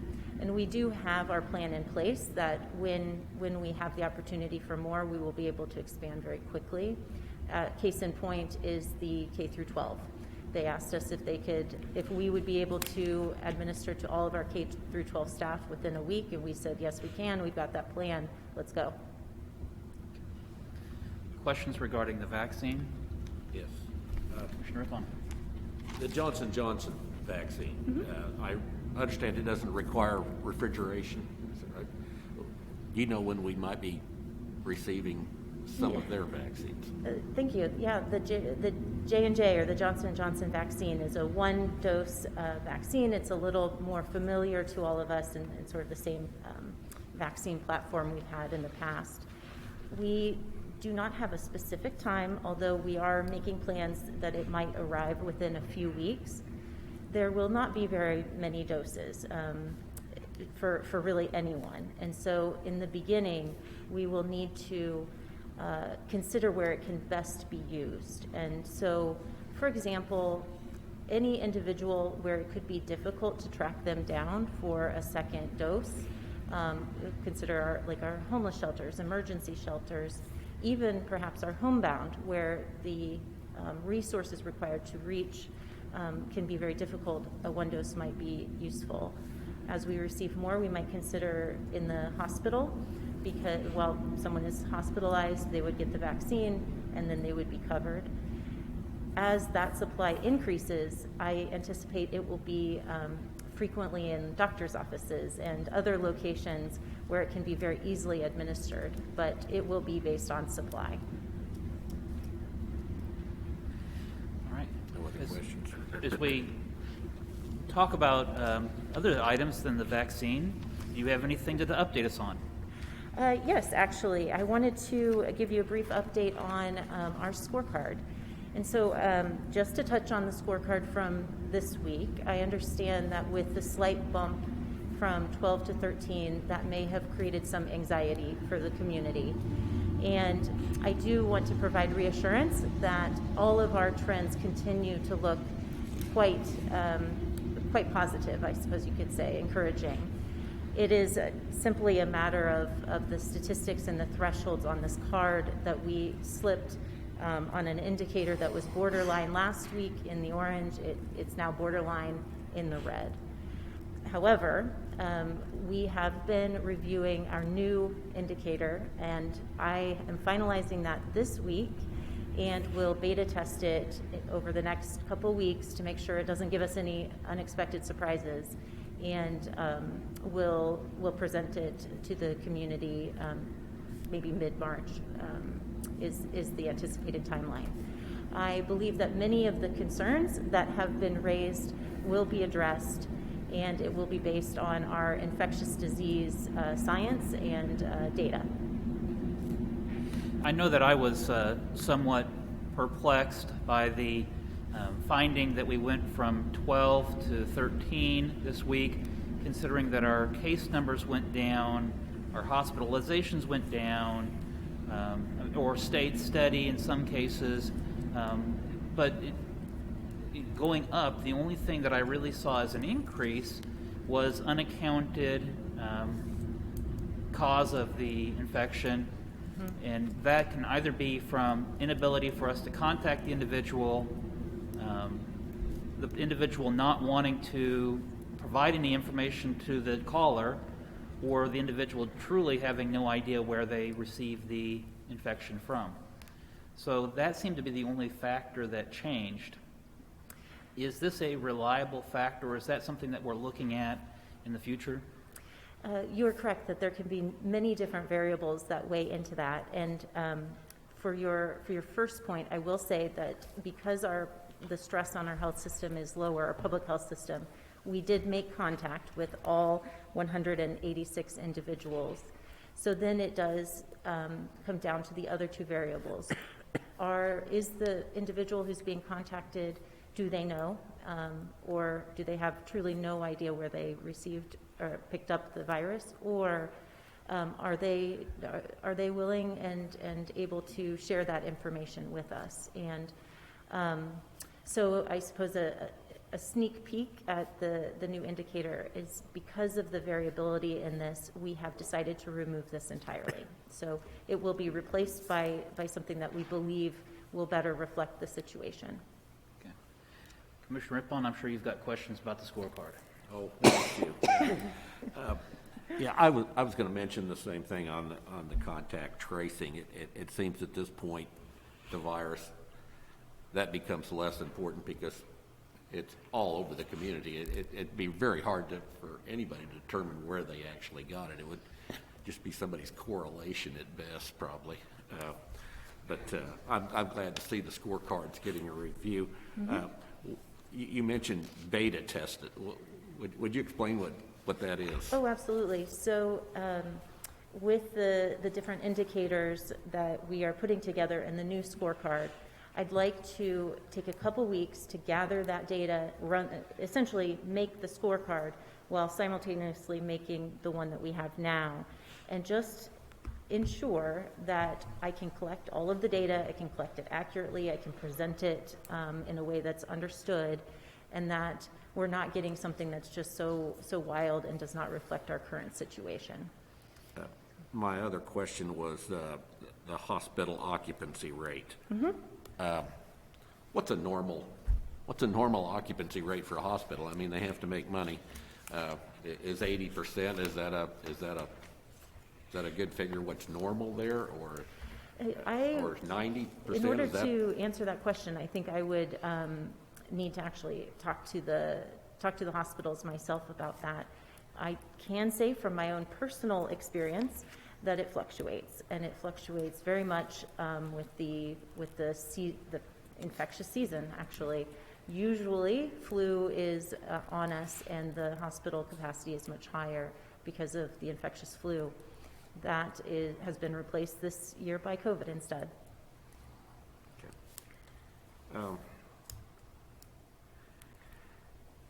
That's all I have right now.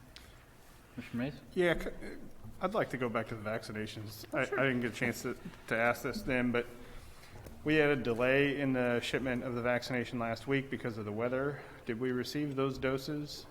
We did. They arrived. So to start, broad picture, we normally receive the vaccine on Tuesday or Wednesday. We cannot ever rely on it to arrive on Tuesday. So I always say Sure. Tuesday or Wednesday. And then we usually have, our instruction is 7 days after it arrives to administer it. So it's the end of the week, and then it wraps to the beginning of the next week. Our dose for last week was delayed a few days and arrived on Friday. And so we did get it, but we received it several days late. This week's has arrived on time, both the normal weekly allocation as well as the separate that was earmarked for K through 12 staff. Now, I understand that the federal allocation that was going to the pharmacies last week did not arrive at all, is the update that we have received. Of course, I'm not involved in that. We just are updated from our pharmacy partners. But I understand they did not receive last week's, and may have actually received a lower amount this week than was originally anticipated. So that's part of the work that we're doing this week to try to update everyone on Monday with where the situation has been. And are we pretty confident that everybody that was scheduled last week to receive theirs was able to get theirs this week or even at the end of last week? Yes, I believe that everyone was able to get in. Our capacity to vaccinate is so much higher than the actual vaccine that we have, and so it was really more a matter of just moving and rescheduling and getting people in once it had been received. Okay, and then kind of one other thing is the allocation that came from the state that was specifically earmarked for K-12 educators, because we had started vaccinating K-12 prior to that arriving, are we able to use any of those doses for the over 65 population to kind of reimburse ourselves for what we had already done? Yes, full reimbursement if we want to look at it like that. We received 4,680 doses for K through 12 staff. We will not need to use all of that. And so we actually had permission that whatever was left over, we could go ahead and move that to the 65 plus group. And what we had already used from the week before, you could consider that would be reimbursement for that as well. Okay, great, thank you. We came out ahead, really. That's fantastic. I'm still concerned about that dosage amount of only 2,300 per week. Again, that's a very low number. I mean, for a community this size. Sorry, Commissioner, one additional move that the state is making, and you may have heard, is that every other week, they will stop their allocation to certain more rural counties and move that to our more populated counties. At this time, I don't know quite when that will start or how much that will be, but I do understand that the state is trying to change that allocation. I guess just when you look at how packed in a city may be as opposed to how spread out a rural area would be, you would want to get to where your infection is highest or most likely to spread. Yep. So, all right. Commissioner Bond. I have another question. I noticed some cities, counties are loosening their health orders just a little bit more. I believe it was Wichita that went to 75% capacity in their restaurants. I didn't know if we had anything on the horizon looking at that, and also hours that they could be open for business. So I was just wondering if Yes, with If the we're- next health order, just as we had talked about the last time, we open up a little bit and then we see how we're doing. And with our health order change that we made the last time, we are continuing to do well. And so I do anticipate that with the next health order, we will be able to lift some of our safety mitigation measures that we currently have in place and then continue to reevaluate. Okay. I've noticed that, too, about half the counties have now dropped their mask mandate. They're moving in that direction anyway. May I comment on that, sir? What's this? May I comment on the mask mandate? Sure. I do believe, and the science will back this up, that the mask is very, very important and will likely be the last thing that would go from a safety standpoint. So I just would like to share that Okay. with you today. You might, just for the public, what is our mask mandate right now? What does it state? Does it say you have to have a mask if you cannot maintain social distance? Is it just for inside? Is it for outside, public spaces? What is our mandate? Yes, it's for public spaces and thinking about outside, if you are unable to maintain that 6-foot distance. Really, it's best utilized anytime that you are close enough that your droplets can spread and land on another individual, whether that is outside or indoors. Originally, we had a time period, too, as far as contact. You had social distance, but if you were not with somebody more than 6 minutes, but that disappeared. I don't know what happened to that part of the order. 10 minutes is usually the time that they say, and really that has been, they said within 6 feet for 10 minutes, and that's really what they think. You could think of like your droplets in your spray, which is, I know, kind of unpleasant to talk about, but that you would be transmitting that to another individual enough that they would then take in enough virus that it would infect them. And so the idea is perhaps if you're highly infectious but you're only a brief contact, it's still not enough to infect them. There has been some research, particularly with the NFL club teams, where they found that it had spread from one NFL player to another with far less than 10 minutes. And with the variants, they're more transmissible, and it will take less time and really less contact for that virus to get into another person. I sort of think of it as they're stickier. Yeah. So Their idea of social distance is different than mine from the NFL. You probably can get it from somebody who's trying to rip your head off. I believe it was in the locker room and their eating I see. spaces that Okay, they. all right. Okay, Yeah. thank you. Anything else? All right, thank you, Dr. Locke. Okay, thank you. Thank you. Any other administrative communications this morning?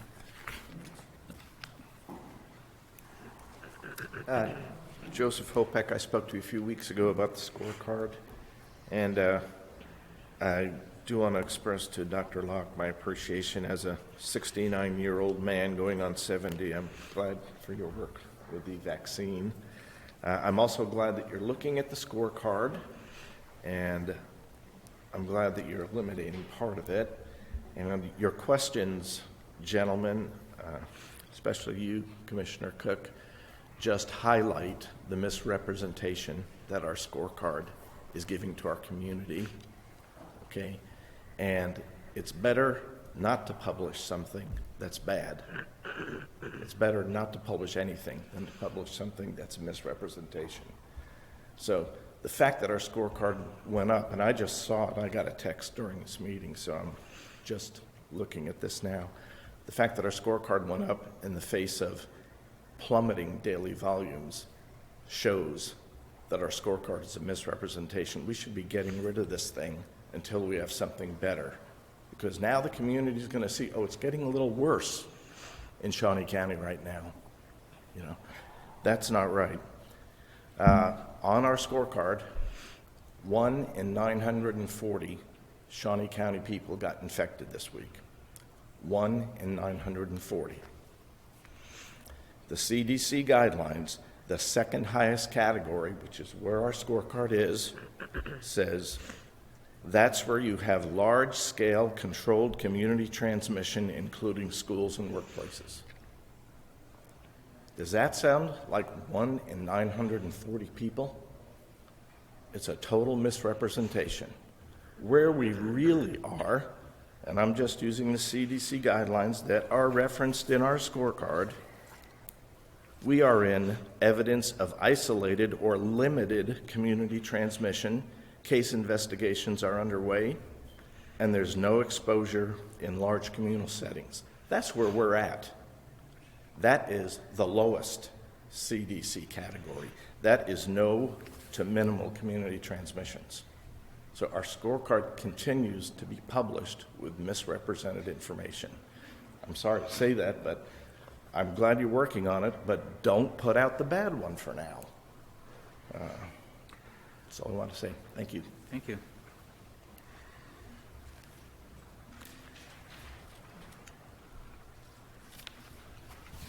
Jeremy Myers, Parks and Recreation. Tomorrow, in partnership with the Kansas Department of Wildlife, Parks and Tourism, and the Community Fisheries Assistance Program, we'll be dumping 7,000 pounds of rainbow trout in Lake Shawnee. We will be doing a Facebook Live event in the afternoon. We'll publish a time tomorrow afternoon. When we know the exact time, we'll make sure the trout arrive in the afternoon and make sure that the staff is ready and prepared to put the trout in the lake. So very fun event, but due to COVID restrictions, we are doing the Facebook Live, and we also are closing the lake starting tomorrow morning, and it will reopen on Friday, March 5th. So just want to make sure that people are safe out there on the lake, if they can get on the lake. There has been ice on the lake as well, so it might be a little more difficult this spring to fish for the trout, but just want to reassure that people are watching our event on Facebook. Go to the Shawnee County Parks and Recreation Facebook page and watch us live. Jeremy, do we put the trout in different locations or all in one spot? Now, we do 2 different locations, one at the south boat ramp and one at the main boat ramp, and then they find their way and just get used to their new home. Okay. All right. Any other questions? Look forward to watching it on Facebook Live. Great, thank you. Thanks. Any other administrative communications this morning? Good morning, Kathy Hopek. Just want to thank you guys for opening up the county commissioners meetings. I wish more public would come, and hopefully they will as soon as things settle down. I have 3 things that I wanted to say, and one is to address the Parks and Recreation on the Adventure Cove. And I understand, I didn't know, but I understand this floatable play thing. Does that mean then that the water is open for swimming now? I mean, my question then is a few years ago, I quit going to Lake Shawnee because I took my grandchildren there one time, and there was so much goose droppings completely into the sand, you could hardly walk around them, and I wondered what the content of that was in the water. And so it changed to the Adventure Cove, so I guess that was resolved, but now we're putting in this floating thing, and am I going to be safe to bring my grandchildren there? And is the beach going to be cleaned, because it wasn't that day that I went there? And I did report it, and I kind of got a, I don't know, strange message back that the equipment was broken or something, which if that were the case, probably pool shouldn't have been open because it was really bad. So I would like to have an answer to that. And then I have 2 more, please. Sure. Randy Luby, Parks and Recreation. Thank you for bringing that up. The commission was generous to approve a huge pump installation a year and a half ago. We haven't been able to be out there yet, but we're hoping that that's filtering the water, and it will be much cleaner than it had been in the past. And I appreciate the commission doing that for us. Again, that's been a year and a half ago, so we were excited last year. We're going to be equally excited this year to be able to open it. Well, I mean, Randy, Venture Cove has been closed now for 3 years going on. During that period of time, we dredged it. We cleared out the moss and debris. We completely re-aerated it. So there's a different aerator for the cleaning of the water. took out the old slide, and bought the new equipment for the playground, the floating playground as it's like to be called. We redid the beach, put in new sand, redid the walkway, made it more handicap accessible for the walkway, and now did the retaining walls. Anything else I left off? We actually brought the paddle boats over. That's right. And so, yeah, it's all one operation, and you did a great job of telling us what we did. It's been a long time coming, and I'm very excited to see this is a great outdoor option for the public to be able to use. I agree. Yes. Yes. Thank you. Thank you. The other comment I wanted to address was the mowing and the maintenance of the parks, and I was just wanting to say I agree with Commissioner Rippon. My husband and I walk frequently around Lake Shawnee and Gage Park, and there are Lake Shawnee generally is very beautiful for the most part. They mow very well, but I noticed at Gage Park when you were talking about the edging around the sidewalks that it was half done. The debris was left on the walk. I don't know if this is something that maybe they need to address with these private companies you're contracting with, but I do think there is an issue of some kind of follow-up with that. I know that's not a major issue, but just wanted to report that. The third thing that I wanted to discuss, I wanted to address to Dr. Locke, and that is people are getting vaccinated, and I would like to have a clarification about the mask wearing after that. And also a clarification of people with medical conditions going into businesses and being told they have to wear a mask or they can't come in. There's a lot of confusion. There's a lot of fear. And I will just say my opinion is that masks should be optional. If you believe they work, which there's lots of data out there that they don't work, many of them don't work. I see what people wear. I see how much they touch it. I have people tell me, oh, I haven't washed my mask in a week. I'm not sure they're working. Because you just have a lot of people that are not either going to have the correct kind of mask, and there's a lot of data out there on that, and I'm not going to go into that. Many of them actually cause the large droplets to be smaller droplets, which will travel farther when a large droplet will drop. So I'd like for you to address the whole mask issue because she feels like they're important. I'm thinking they're not when I see what's going on in the public. The medical issue of people having to go in and explain. And if you have your complete vaccinations and the 14 days are gone, why do I have to wear a mask? And I think the public needs to know those things because, quite honestly, you guys, they're just not very educated out there. My husband and I are out quite a bit. We have a little musical duo band. We are in a lot of businesses, a lot of different counties and different places, and people are just... Actually, the comment I hear most is, I don't think we're getting any of the truth. I don't know what's going on. And I'm not understanding why it is that we don't, whether it's the different data that's out there or what. But anyway, I just would like those clarifications. If you could do that, please, I'd appreciate it. Thank you. I believe that we are actually in agreement. There has been considerable misinformation throughout the 2020 pandemic, particularly around the masks. The science shows that masks are effective when worn properly, and of course we encourage those to wash them and to don and doff them, which is to put on and take off the masks as we recommend.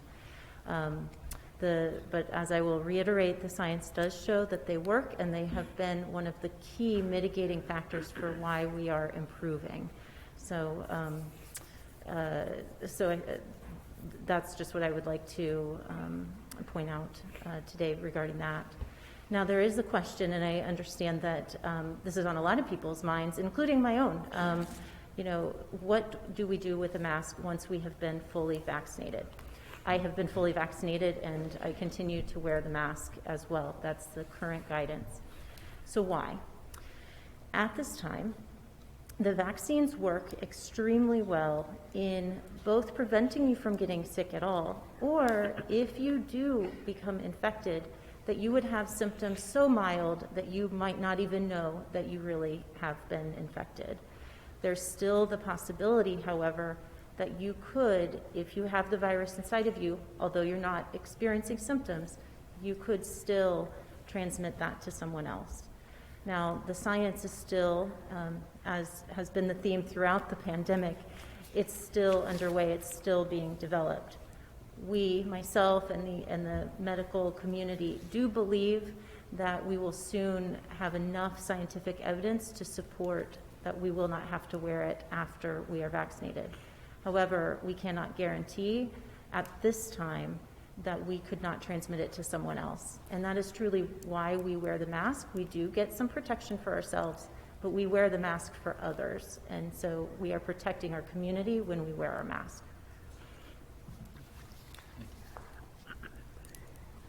Mr. Rippon? Oh, I just had one question for Dr. Locke. I'm sorry. So the vaccine, it doesn't keep you from getting the virus. It just lessens the symptoms. Is that right? The two vaccines, the Pfizer and the Moderna, are approximately 95% effective. So 95% effective in preventing you from You from getting it. From getting it. I There's the additional 5% approximately where you could still become infected, but you do not have the severe disease, you do not have the hospitalizations, you have perhaps symptoms so mild you don't even know. Okay. All right, that was it. Mm-hmm.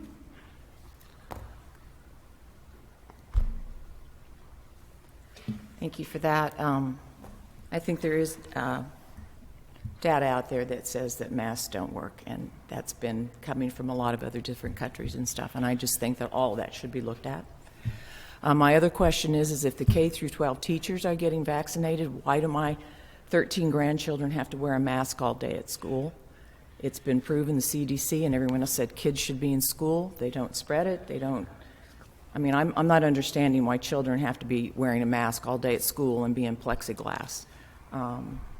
If you look at what people are talking about, scores are going down in schools.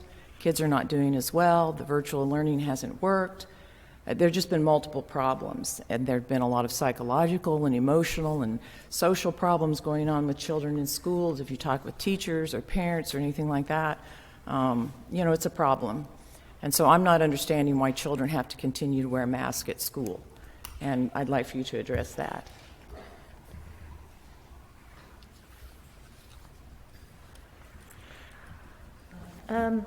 So I think the first question was about the safety in schools, and so I can touch on that to start. We have found, actually let's back up. At the beginning of this pandemic, we knew so little, and we were afraid for our kids, we were afraid for our teachers, we were afraid for ourselves. And we stopped going to school because we didn't have information. Over the last almost a year now, we have collected a lot of data about how kids are doing in school, how the safety is. We know now that schools are safe to go back when you follow the mitigation measures, when you distance, when you wear your mask, when you wash your hands. All of the recommendations for preventing spread of virus has made the schools a safer place sometimes even than the community itself, but only if you follow those mitigation recommendations. When you stop those recommendations, virus can transmit through children, particularly in the teenage children, who in many ways are much like adults in how they pass it, but are coming together a lot more than adults. We are vaccinating K through 12 as one of our mitigation measures for making those schools safe and allowing kids to be back in school. Teachers have often been passing it to each other, and not necessarily always kids to teachers. They have to be in isolation, they have to be in quarantine, and sometimes kids can't be in school because the teachers aren't there because they are in isolation or quarantine. So vaccinating the teachers is one way to get kids back in school and to keep them in school instead of this back and forth that we've been dealing with. Kids are not being vaccinated right now. Why? It's because we don't have the research yet to show that it's safe in kids. We take extra precautions when it comes to kids. We do not want to mess with them because they're young. So the studies are currently underway to tell us if the vaccine is safe in children. When that occurs, when we have that data and we feel comfortable with its safety, then we will open it up for children to be vaccinated. while they're not vaccinated, if they're not wearing masks, they can pass it back and forth to each other. We don't want our children to become sick either. We don't want our children to go home and take it to their daycare, or take it to their parents, or take it to their grandparents, they are part of the community transmission. And so it is important that as part of the community, they wear their mask as well. Thank you, Doctor.